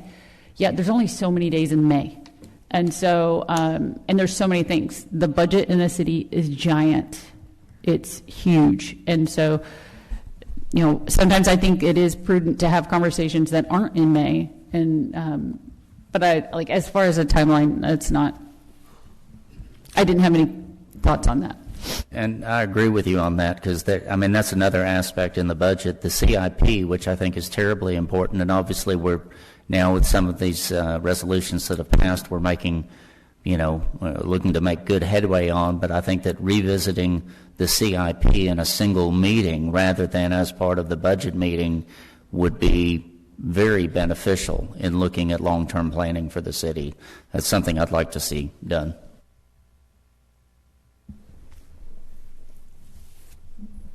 To stay on this, the vacation, sick payouts, we're generally hearing we're going to have a meeting. We are mostly concerned with the amount of the payout, and that could be governed by $1 or a total hours. That's up to, that's still in discussion. And I heard that, I'm not sure I heard, are we generally in favor of adopting a policy of this is the effect of start employees hired after the policy, or is this something we're going to act on current, or is that still in discussion? I would think that it was all part of a bigger discussion, but maybe I'm wrong on that. No, I would say that's all part of a bigger discussion, you know, because right now the likelihood is that, you know, hopefully employees will stay around a long time, and I think we need to look at it and balance what's good for the city with what's good for the employees, incentivize them to stick around, but also, you know, prevent the city from having the liability exposure that it incurred earlier this year. So.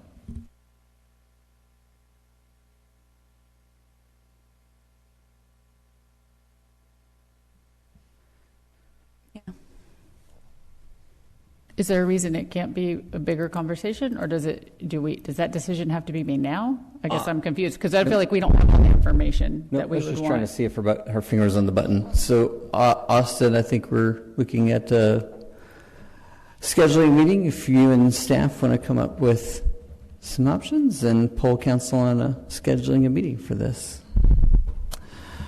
Sounds good. On to agenda item G11, discussion take possible action regarding grant applications submitted by staff. Councilmember McCray.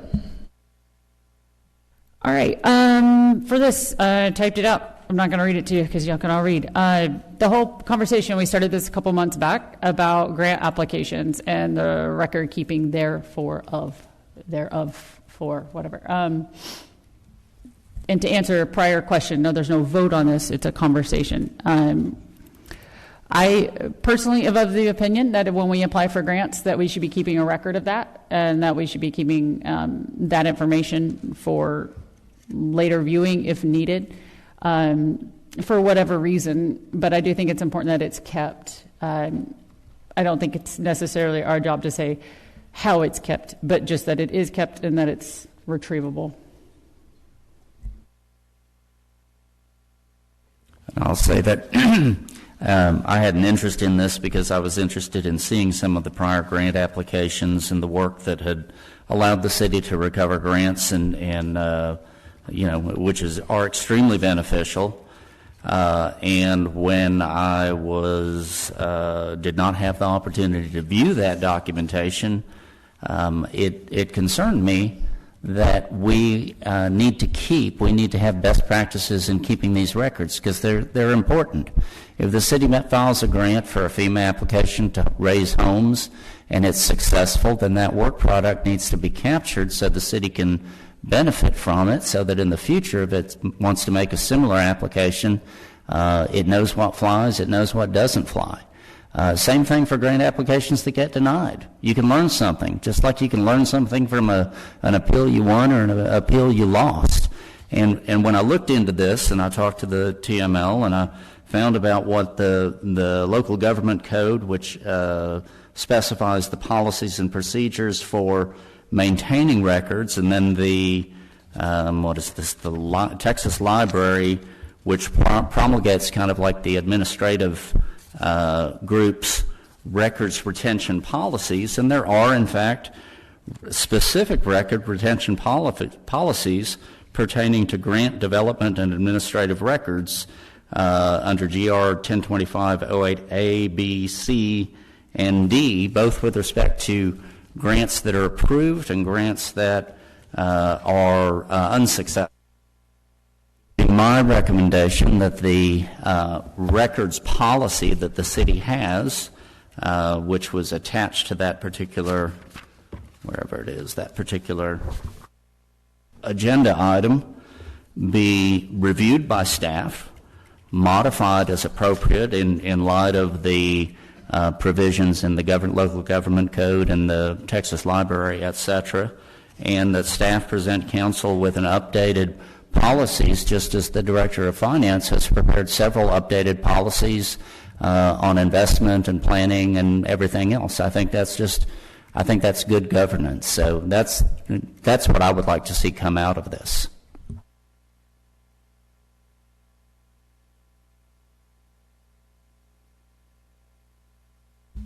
So I can jump in here and talk about records retention as much or as little as y'all want. All things being equal, as little is usually what everyone prefers. But few things, just looking at the current policy, if you want my 2 cents, it's worth exactly that. So the current policy, by the way, does adopt all the current requirements under TSLAC. That's the Texas Library and Archives Committee at the state. TSLAC's requirements that they generally default to, I think it's 3 years from final expenditure for grant records retention. That's for grants you get. Grants you don't get is as needed. So however long you need it is, that's essentially whatever policy the city wants to adopt for flexibility on grants you don't get. TSLAC essentially says, have at it. A few comments generally on grants, and this is, grants are sort of unique. There's a lot of records retention issues you don't discover until 20 years down the road. Oh no, we haven't been keeping it this way because these things typically don't come up. They typically don't get looked at. Grants are self-vetting because at the end of every grant, you get audited. Not every grant, but usually you get audited, and you don't survive an audit unless you have those records. It's a threshold issue. In fact, if you want to know what records specifically auditors are going to look at, most governmental agencies actually publish their auditors' checklists. It's the general state audit checklist is in the back of the comptroller's guide, and the federal one I see used most often. Anyway, that checklist highlights the specific documents the auditors are going to be looking at. The applications are sort of a unique animal because most these days are submitted through portals. And grant applications submitted through portals, I guess it's the idea of, records retention triggers upon the creation of a document. And this is, I'm still trying not to get too far in the weeds. Records retention triggers on the creation of a document. Public Information Act is a little different in that respect. It triggers on providing information you have control or possession over. So you may not actually create the document, but you may still have to provide that information under the Public Information Act. Y'all see where I'm going? So the records retention requirement is satisfied through the portal essentially because of requirements around third-party hosting. And that's something that's come up a lot in the last 10-ish years because that's become more prevalent. The largest issue with that, as I'm sure you can guess, is cloud hosting. But that's sort of where grant portals would fall in because we are essentially entrusting the grant repository documents to the granting entity that is maintaining certain documents. And sometimes those granting entities will actually specify which documents they will be responsible for maintaining and which documents they won't be responsible for maintaining. Usually, the grant, and of course, when it comes to grants, well, let me back up. Because grants are so vetted, it's rare that, and I've had a few records retention grant issues come up in the past, specifically when I was with the county. And the first thing that I asked then is the first thing I'll ask now. It's certainly always good to look at your policy, make sure your policy is in line with best practices. If someone's like, we're concerned about our grant retention policy, my first question is, have you failed any audits? And if you haven't failed an audit, that tells me, regardless of what's in your policy, your practices are probably okay. You just need to line up what's in the policy with what your practices are. So that's the kind of the first issue. The second issue is that grants are kind of unique to records retention because of the way TSLAC's requirements work. It's 3 years from final expenditure, unless, of course, the grant requires longer. And all things being equal, if I'm going to commit a sin, I want to violate state records retention requirements rather than the grant requirements, because the grant requirements contain, significant potential penalties with clawbacks and everything. Records retention requirements are more along the lines of a slap on the wrist, and those can also be fixed after the fact. But once, a federal granting entity gets on you with an audit, that's a different matter entirely. So we're kind of distinguishing, and that obviously I want to comply with both. But you get my point. The real enforcement teeth is actually complying with the grant requirements. I point all this out to say, overall, I think the policy is good.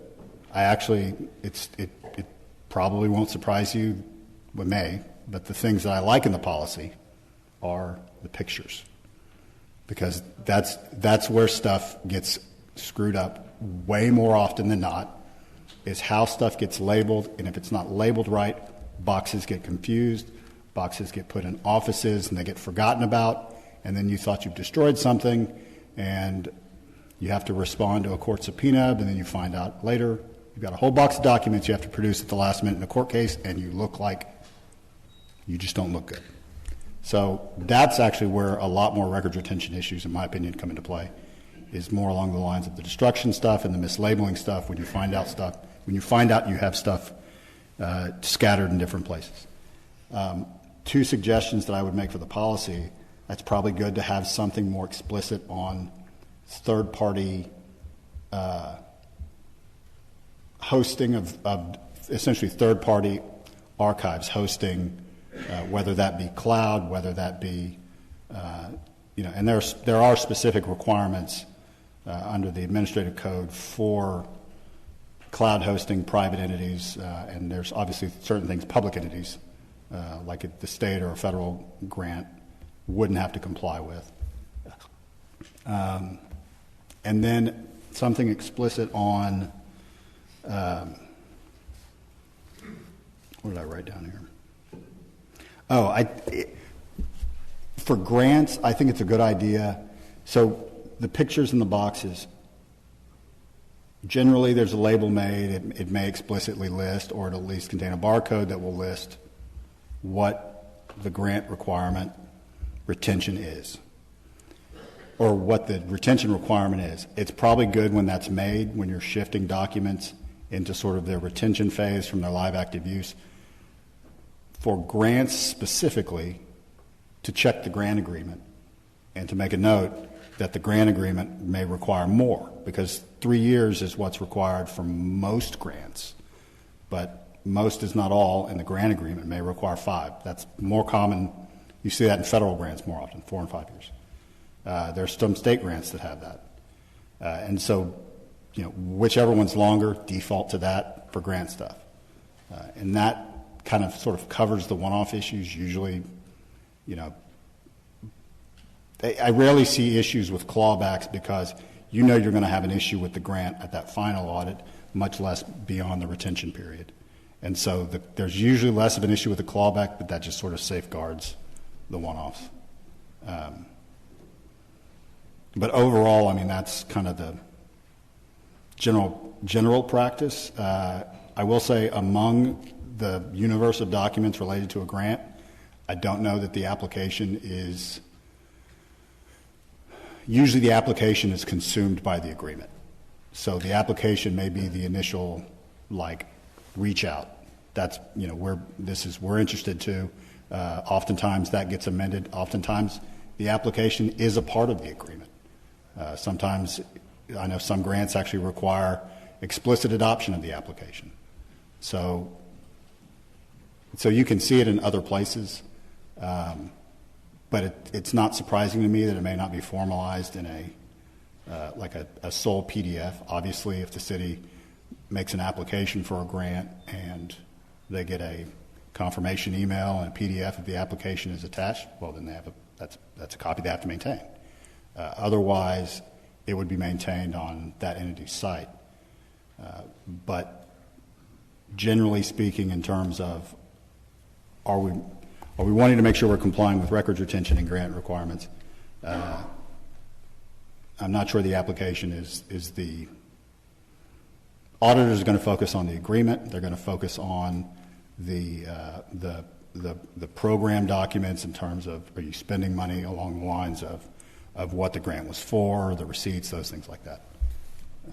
Just so we're clear, and I understand that with respect to record retention policies for a potential audit of a grant application or an approved grant, the administration of a grant, obviously we want to comply with that. We need to abide by that record retention policy. And then just as an aside, Austin, has the city ever been audited? I'm assuming not, but... We have. Yeah, we've always passed audits that have been done by federal agencies, funding agencies. Okay, so you know, we've got our ducks in a row with respect to grants that have been awarded, the application and administration of those, and a subsequent audit in producing whatever's requested to prove it up and satisfy the agency.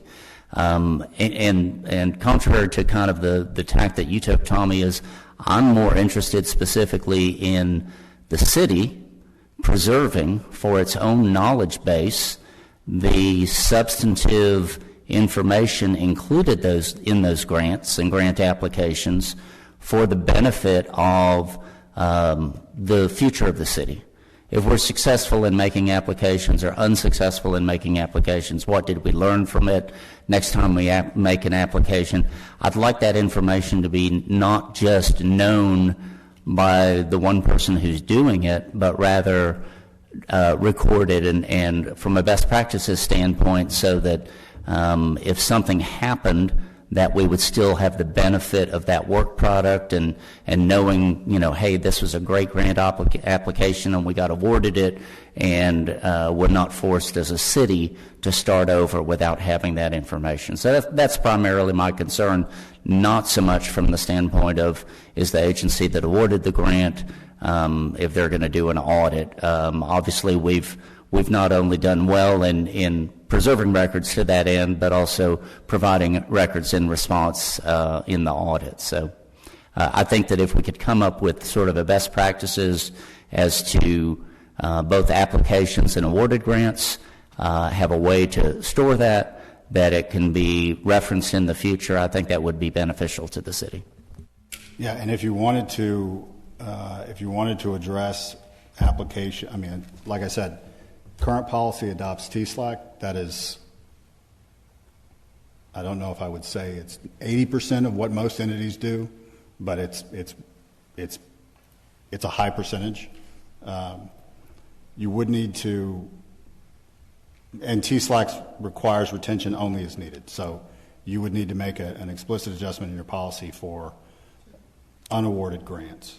You would also need to address essentially, I mean, that's kind of what's not addressed, is how a third-party archive or a third-party retention functions. It doesn't violate anything in the current policy. It certainly doesn't violate anything in TSLAC. It's just, it's a preference issue. Well, that was going to be part of my question, and I don't expect a long elaboration of it, but how does a city's... But I'm more than happy to give one. If the city were to not submit grant applications internally, and I only speak of Jersey Village, but if, let's say, Jersey Village decided to go to grantwritersusa.com and submit a grant that way, I guess the agreement would detail what we're entitled to get back after the grant is submitted, but I think there's also what would be we as a submitter be responsible for retaining. And my guess is it's at that same level. In terms of what documentation you're required to retain for each grant? Right, whether we do it or a third party does it.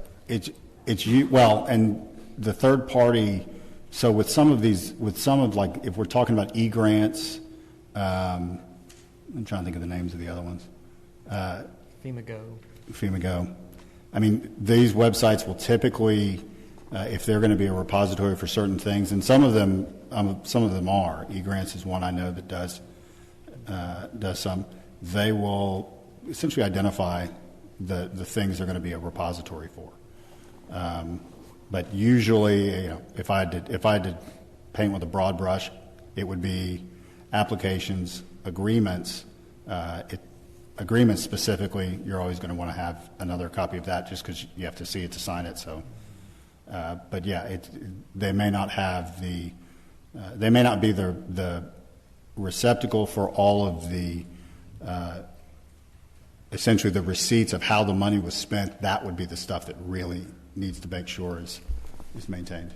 So when it comes to applications, if you use a third-party consultant to write your grant, they're going to use the same portal. They're going to be set up as a grant writer under your organization in the portal for FEMA Go, for example, and they will write everything or put everything in there, and it'll be somebody on the city still has to submit it because the grant writer can't submit it. It has to be somebody, an authorized user from the city that does that. We always abide by the bus principle in case a random bus runs down the street and we get hit and killed. There's 2 other people in the city that can log into this system and see it. There's another person that has authorization to help facilitate new people getting in or out if we have that need. So from a long-term records, like somebody new being able to see it, that's covered. I'm confident that that's fully covered with at least the 2 other people that could log in and see those things in the FEMA Go system, for example, since that's your main concern was the FEMA grants. So 2 things. One, semantic-wise, I'd prefer we use the lottery principle as opposed to the bus principle. It just has a happier ending. The other thing is that, I want to make sure the city is compliant and maybe a step above compliant to the degree that it serves the city and the entity well, provided the lottery principle.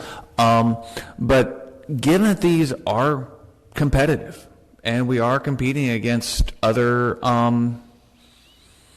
municipalities and counties and everything else for money, I would want to make sure that we are careful with retention and public availability. And I think there's ways to do this, apply to the Attorney General, et cetera, so we make sure that we redact drafts and internal templates and annotations and any formulaic prose and any magic, if you will, that's a big black box, but that we've been able to use in the past that has given us winning grants more often than we have in the past.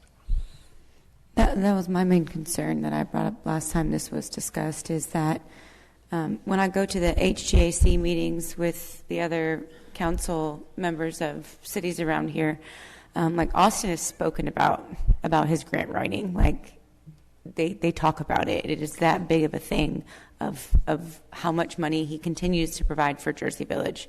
And so it is a huge asset, a wonderful asset that we have. And I definitely want to protect that and make sure that there's some checks and balances going on, but that's one of his, many, many talents. I'm so sorry. It's so hard to talk up here when you're talking in the back. I'm trying my best to. Gentlemen, can y'all take that conversation outside? Please. I'm trying to do 2 things at once there. But it's something I want to protect for Jersey Village. It's a giant asset. In the millions. And so I understand record keeping and making sure that we don't get sued, but I also want to protect the value of the competitive nature of it and make sure that, you know, I compared it to, like, you know, if you found that all of the applications for what got you into Stanford or something, like, then it would be a little less competitive because everybody would have the secret recipe, or, you know, or at least a better guideline. And so it's like we have that already. So I want to fiercely protect it. But that, sorry, that was long-winded. I will say that, at least in my experience in public information requests, and specifically with clients who have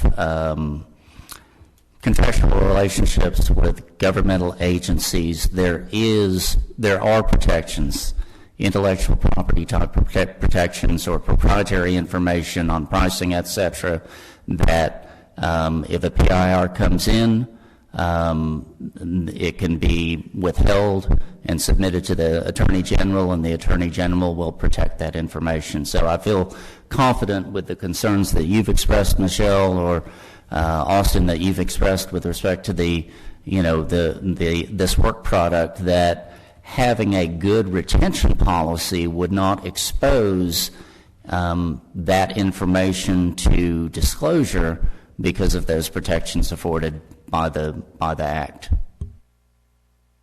Yeah, I want to make it clear, and if you actually read what I wrote and submitting this for the discussion, it was not about whether or not our records management was in compliance. I never questioned that. I never brought that up. Merely the fact that when a while back, Councilmember Hughes requested to see a copy of an application, and the response was, "We don't have that." And so then the inquiry I came, I was like, "Well, are we keeping a list of the grants we've applied for?"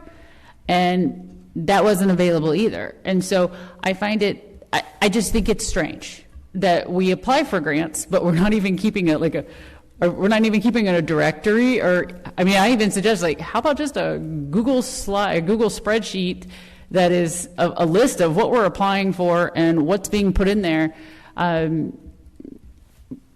all for the sake of, like I wrote in here, it avoids duplicated efforts. It monitors outcomes more effectively. There's reasons, I think, for that. Also, it allows other people, especially if you're on council, allows us to see what's going on other than just random updates. I think it's, and that was the direction of this conversation. It's not about if we're keeping, I mean, that was great, Tommy, but not about if we're up, I have never once doubted that we were keeping accurate records, or that our record management system is not legal. That was never the question. Well, I requested the records management to be in there since this is sort of referring to records, and so I did request that. For me, I'm going to rely on Tommy's expertise on the matter with respect to this. So I appreciate things that you regret being an expert in. But you would be able to speak heavily on the legal requirements and on records requests and things like that. Yeah. Well, if somebody, Councilman Wasson mentioned redacting information, things like that. There are times when information is redacted because it's personal, their addresses, or whatever the case may be. So that's kind of along the lines what I was thinking. Yeah, so certain things can be redacted automatically without requesting an AG opinion. Other things would have to be requested through the AG's office, or the person that claims the privilege would have to make that argument in front of the AG's office. I'm sorry. In other words, it's not a universal, you get to right. automatically redact before you produce, but that's, again, in the context of the Public Information Act. That may not always. So forgive me because I'm not a records management expert. But so if, let's say, there was a PIR on a specific grant, and would that at that point go to the AG for I guess, permission to redact? Is that what you mean? It depends on what the objection is. So there's certain things you can automatically redact. Off the top of my head, it's most of the things that you would guess: social security numbers, bank numbers. Other things like proprietary information would have to be briefed to the AG, and the AG would make a determination.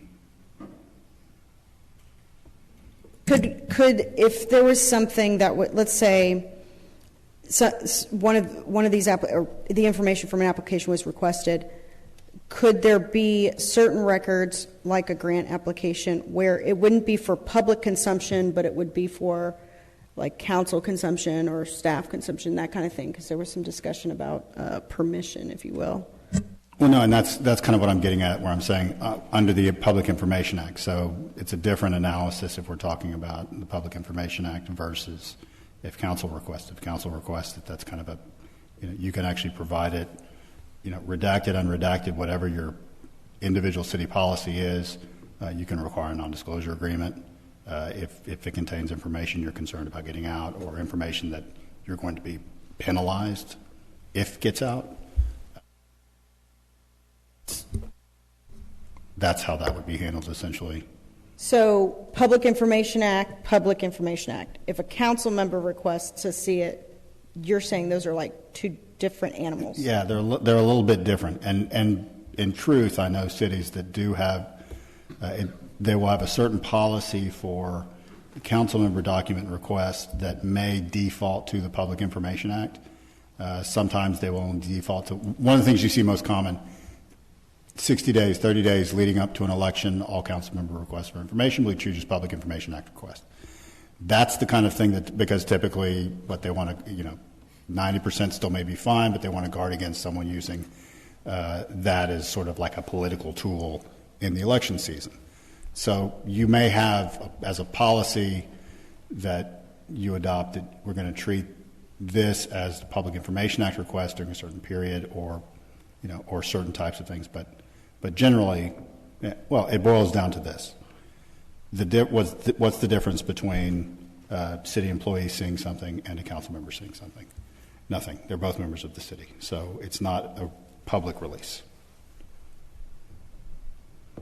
Have I added enough confusion to that? No, that actually, I may look confused, but I actually know what you're saying. No, that kind of clears some things up for me. Because, and I'm going to repeat this so I can make sure. So if a council member is like staff, if they request to see something, if it's available, they should be able to see it. That's different than the PIR. Just want to make sure that's okay. Yes. Tommy, to some degree, isn't there a similarity in the same vein that a council member, a communication that your firm writes to council or to the city manager that's considered attorney work product, attorney-client privilege, that is disclosed to a council member, they're entitled to see it because they are, in fact, the city. On the other hand, that privilege is still intact, and that information cannot be disclosed. It's protected from disclosure to the general public. While it may be germane, it may be relevant, it may be all these other things, it's protected by that privilege. So in that parallel, I see that when you have grant applications, which can have sensitive information, home locations, confidential information regarding residents, etc., that, or something that might be deemed proprietary that the city has developed in the way it makes its grant applications, or the language, or the organization of it, or whatever. That is the type of thing that, while a city council member, city staff who has access to it would have access to it, but if a resident submits a open records request, that there would be a basis to say, no, this is essentially subject to a privilege / confidential / proprietary, and it cannot be disclosed, and or we can only disclose, a redacted version of it, and or we're not going to disclose any of it. We're going to kick it up to the AG and let them decide. Correct? Yeah, that's right. And I'm actually glad you mentioned the conflict deal, because that's essentially where there is a limit on, in terms of, so there's sort of two fundamental rights as council members. Right to attend meetings, right to see records. Those are foundational. Right to what? The second part? See records. Right to attend meetings, right to see records. That can obviously be circumscribed when those rights have when there's a competing right that you have to balance. So one of the ones, and frankly the one I see the most often, is if you have a conflict of interest. For instance, attorney writes a memo, city council. That memo is in relation to a lawsuit that one member of city council has filed against the city. And I know that sounds like, well, when's that happened? It's happened. It's happened. Now you have to balance the right of that individual council member to see records with the right of city council to maintain its attorney-client privilege, and without getting into the weeds, because it's a whole big mess of case law, that's going to be resolved in favor of preserving the privilege, because it's the more dominant right. But that's where you would see those types of issues. And this is where records retention gets sort of into that ethereal level of constitutional law. So, like 4 words that should never be in a sentence together.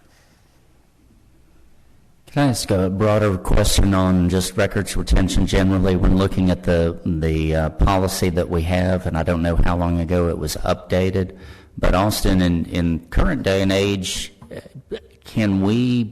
how much can we get away from keeping hard copies and instead having the records that are being kept and preserved be kept digitally with backup? I mean, is that something that would warrant an update to our records policy? The city secretary is actually the city records management officer, so I would defer to her. Okay. We do have an electronic records policy for managing our electronic records policy. I would really have to review it more because I didn't write the policy, but I do know we have a policy in place, and it does address how to destroy electronic records and how we store them.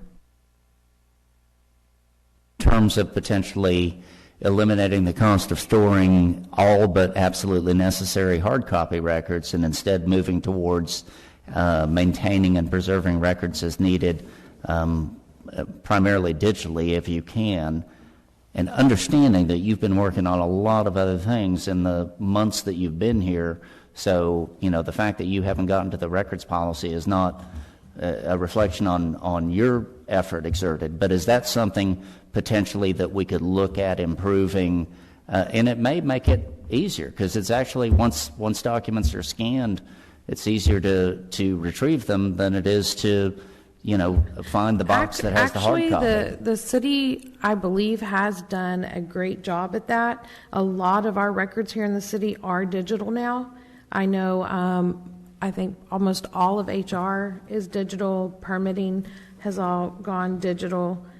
We're keeping everything for our council meetings digital. We've scanned back in from the beginning of time, ordinances, resolutions. So we do have majority of our records in digital format.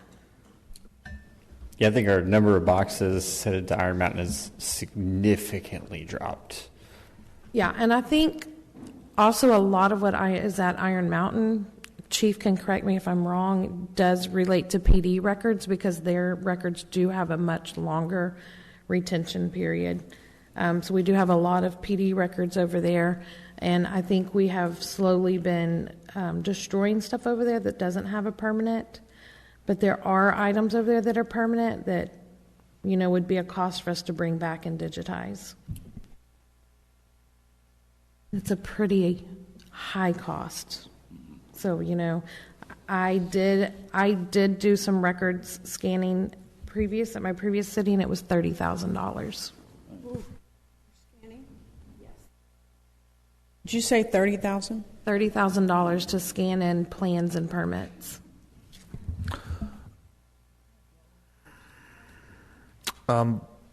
Lots transpired since Councilman Member McRae had redirected us to the memo on the item, and I just wanted to say that if we're not at the basis keeping a list of grants, I would suggest, and their outcomes, I would suggest we do so, but I'm getting a head nod that we are. Pretty sure we have that list.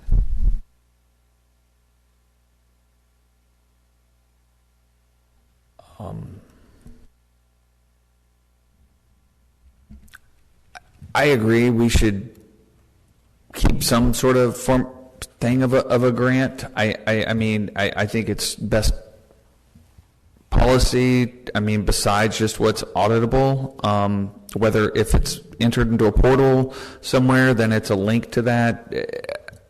I'm not going to solve the how-tos right now. I don't think we are, but I think I would ask that we look into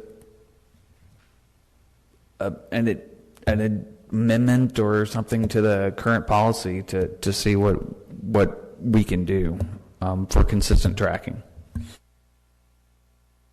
I just think it's, like I said, I think it's cohesive. I think it makes more sense. I didn't even know if it needed to be added to a policy. It's more of just this is, is direction. And that's not something I would be clear on. That's not my question to ask.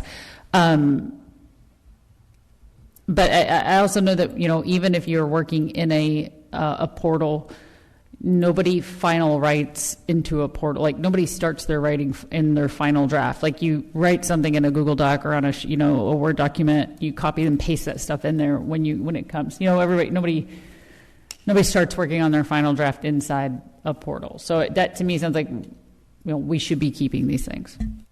You're talking about the draft copies? Correct. Yeah, we have that too. So then why didn't he get it when he asked for it? We told him we had draft copies, and he said he wanted the final copies. Yeah, let me. When you provided nothing in response to my request, I mean, that's just nonsense, Austin. That's nonsense. I mean, what I would recommend at this point is that city direct staff to update the policy solely with respect to grants, the maintenance and administration of records pertaining to grant applications and grant administration, and that staff present that back to council as a potential policy for council to approve.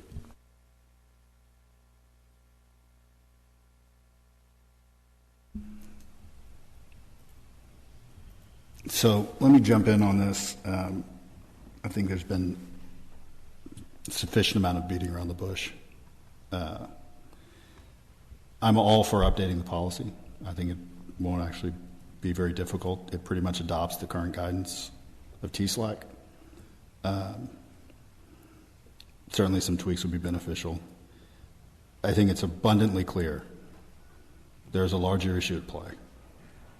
And I think what really should be on the agenda is addressing the issue that's giving rise to all this, because the alternative is to hear me talk about records retention for 30 more minutes.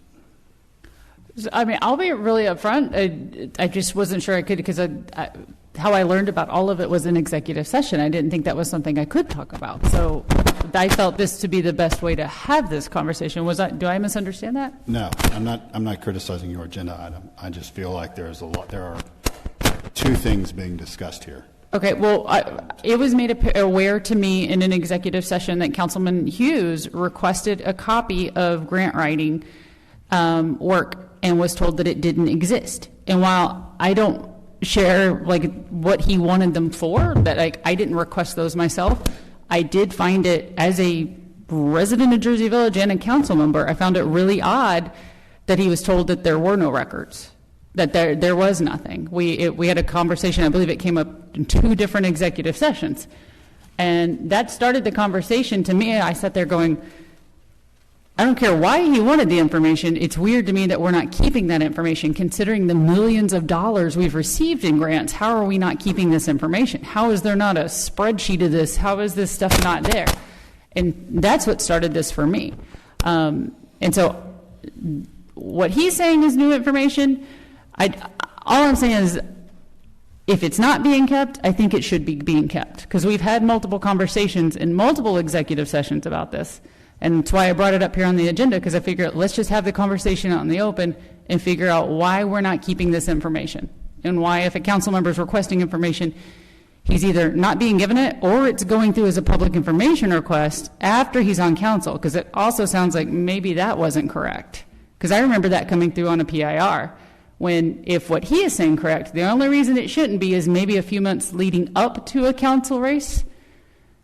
That would be why. So I'm kind of curious what's going on here now. That was just an example of like when a council adopts a specific policy for city council document request. That's typically where you see it. Okay, because and if that's the case, that's fine. It just sounds like to me that, like, I understand that there are disagreements on council. I understand we all do not seem eye to eye on things, but I don't care if Simon and I disagree about the color of the sky. He and I are both entitled to the same treatment from people in city staff, from everyone else on council, regardless of our opinions on things. And while like I said, like he and I might disagree about everything, I will definitely fight for that, because that is not okay. That to me is something that has to be addressed. Totally agree. I was just wanting to clarify that I hear two things being talked about. Yeah, I was not questioning our records management from I appreciated your dialogue. You lost me 3 sentences in, man. But for me, it was more of the fact, like, how is this information not there? How are we writing all these grants and not keeping track of it? That sounds insane, absolutely insane to me. And if that's the case, then we need to address it out here, because I'm tired of this.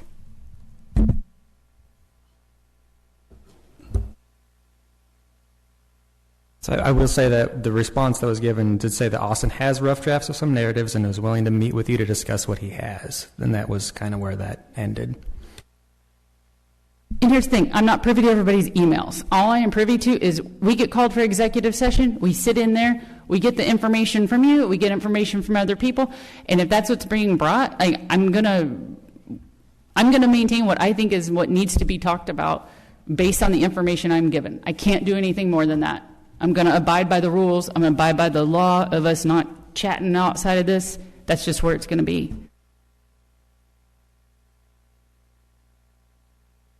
For what it's worth, that would be another change, actually, that probably would need to be made in the policy. I think right now drafts would not trigger any automatic retention requirements. They would be consumed by the application once it was filed.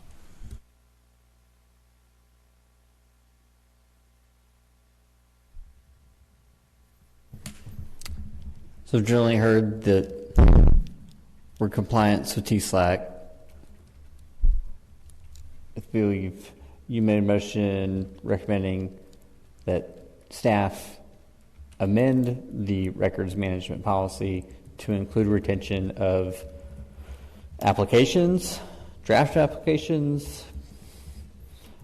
Yes, applications, whether granted or denied, and the administration of grants.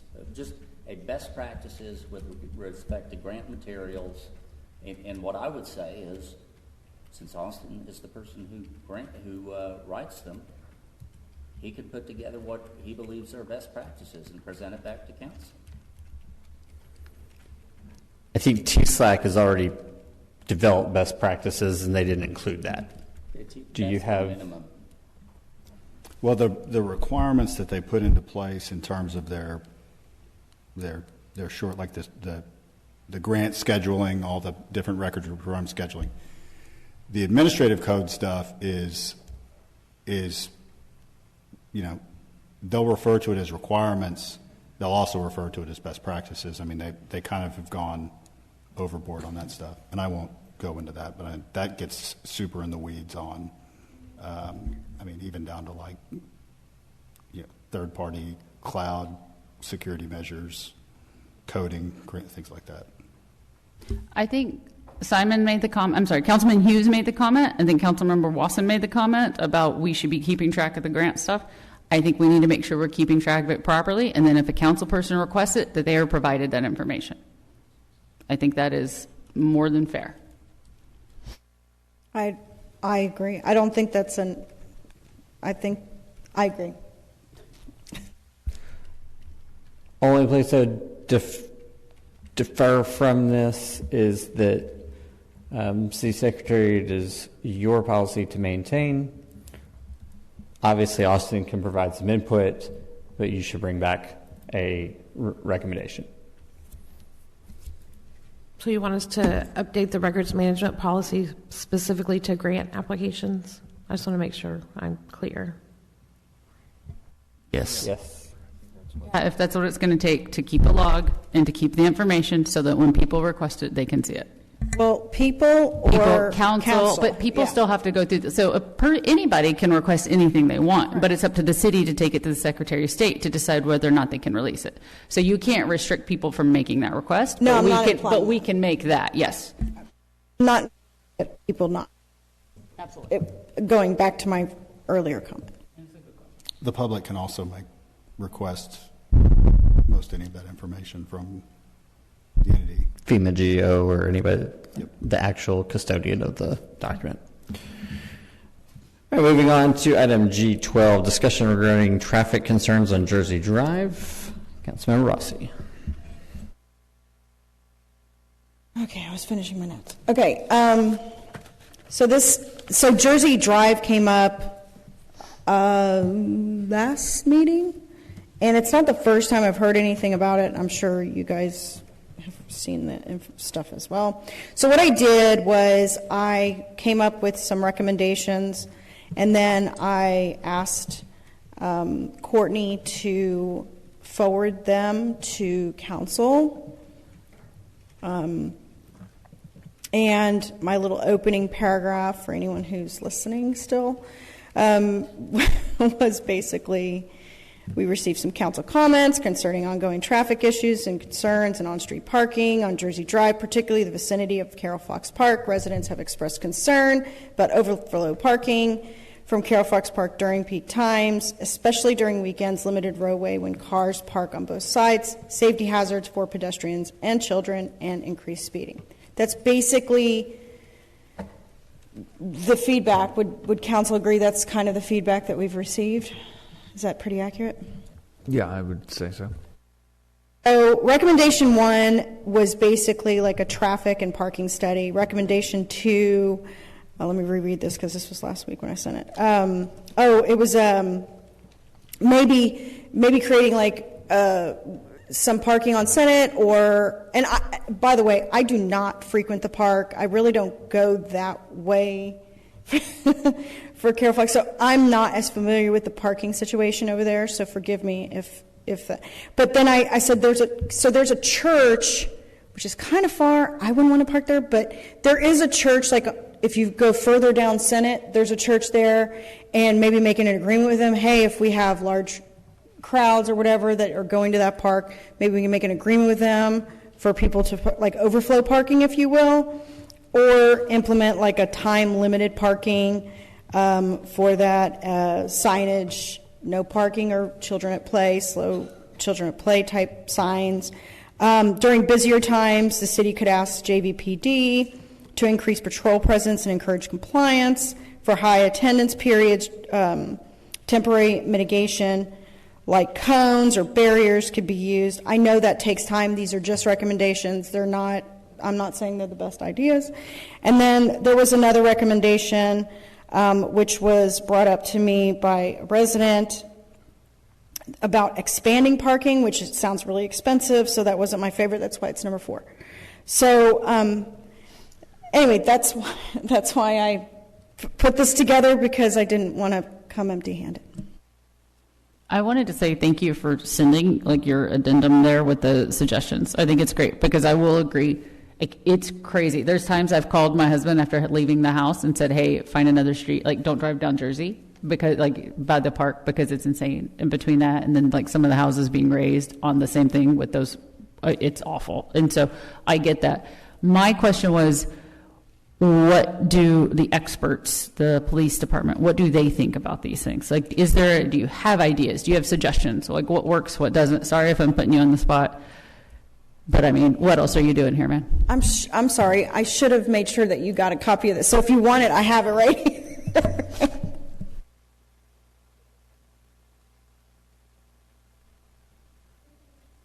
Mayor and council, the only input that I can provide for y'all right now on this particular topic is in the last 365 days we have had one call for service in regards to this issue. Specifically regarding the park in Jersey Drive, or parking, or regard? The parking at the park. There's been one call for service as a result of the last 365 days. Okay, thank you. Oh, and I meant to ask this, and I didn't. How many parking spots are there available at Carol Fox Park? Does anybody know? Robert.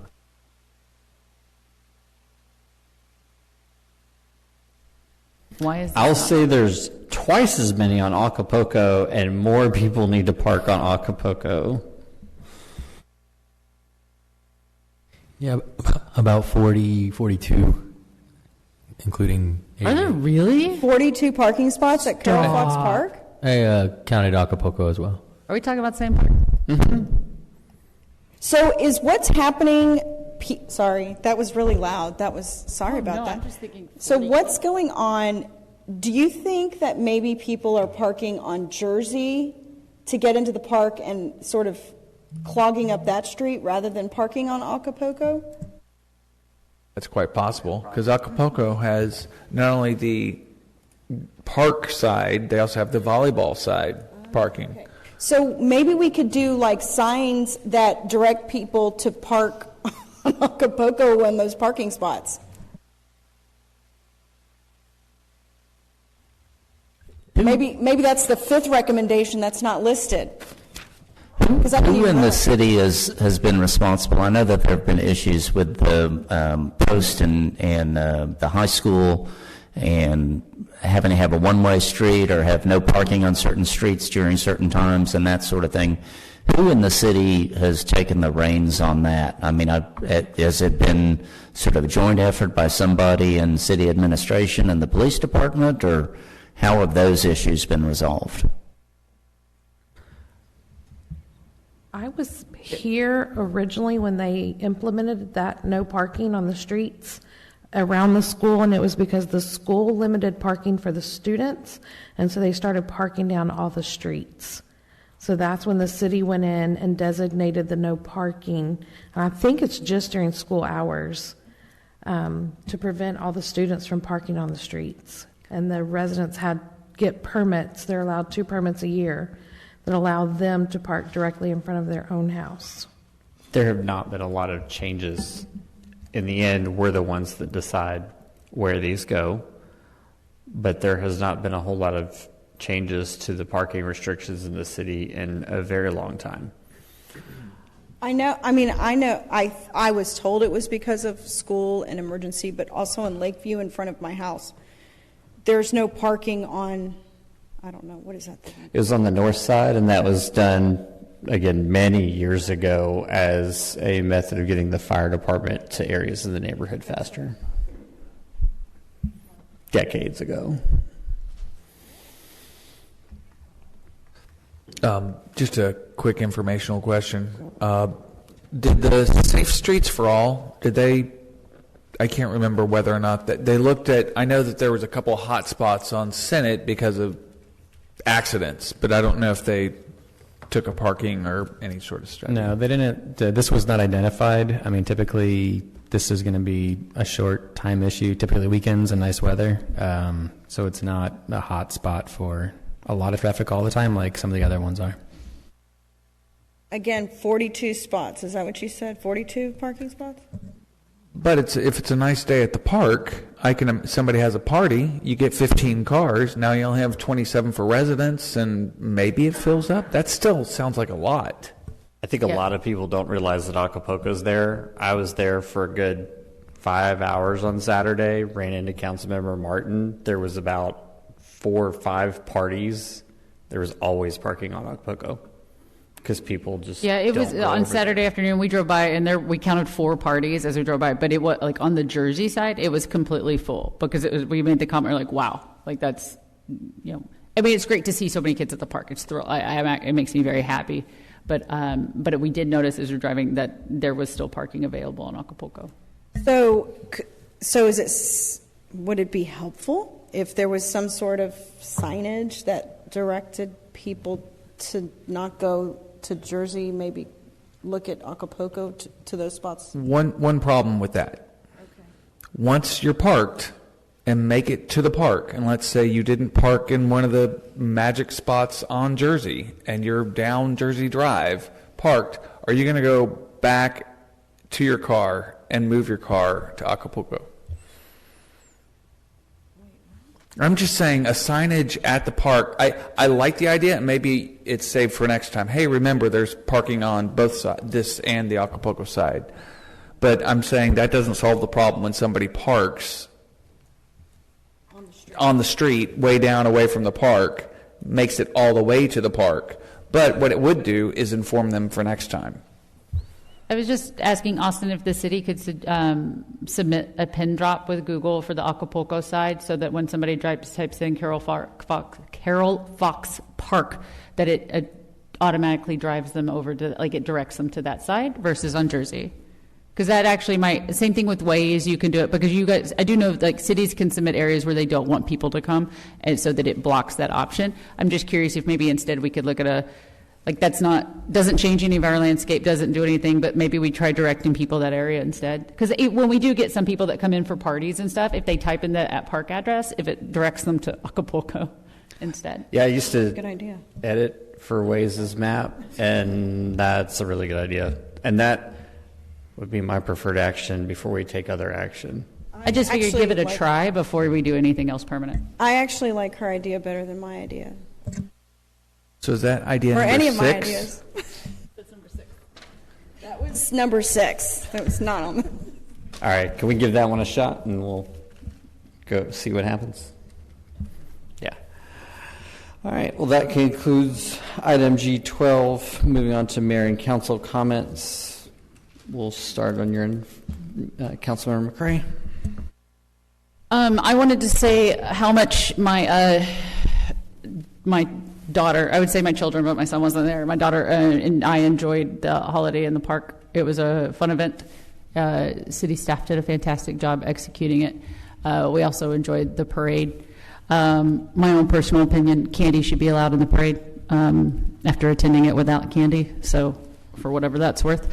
I will say I think everybody needs to do a better job of communicating and trying to get along. Everything in our news, everything all over the world, it's all negative.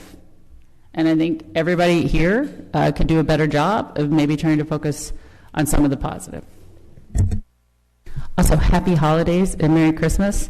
And if maybe somebody in your family sends out a happy holidays card, don't send them a text saying that you're offended that it doesn't say Merry Christmas. That's also not okay. Councilmember Rossi.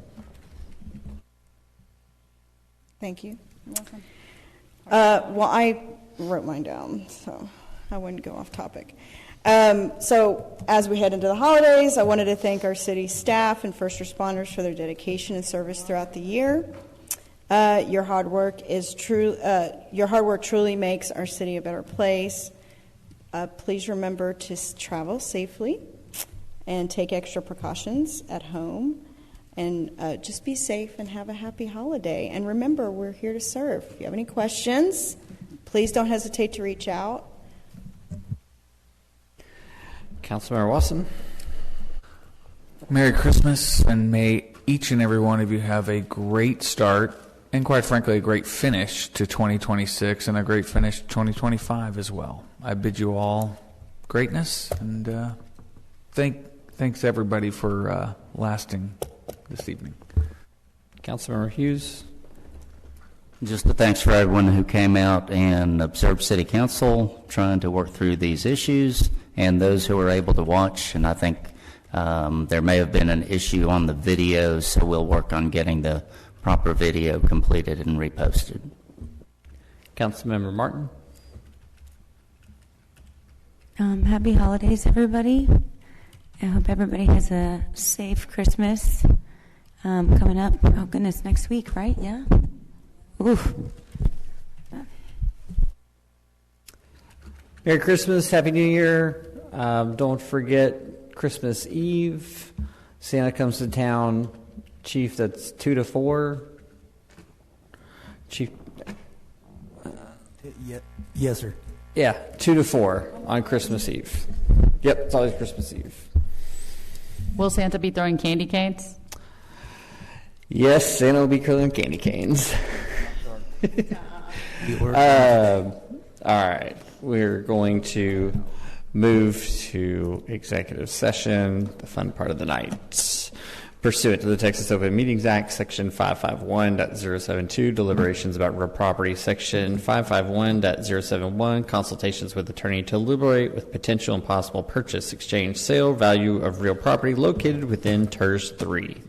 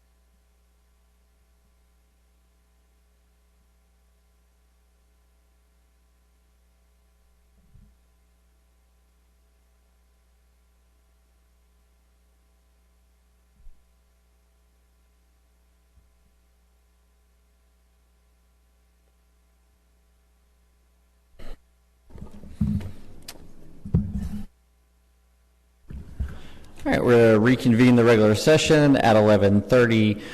Moving on, item, is it 10:30? Wow, I'm way off tonight, way off. All right, reconvene the regular session at 10:30 p.m. The executive session began at 11:08 and at 11:29. No official action or votes taken. We do not need to hear item L1, and we are going to adjourn the meeting.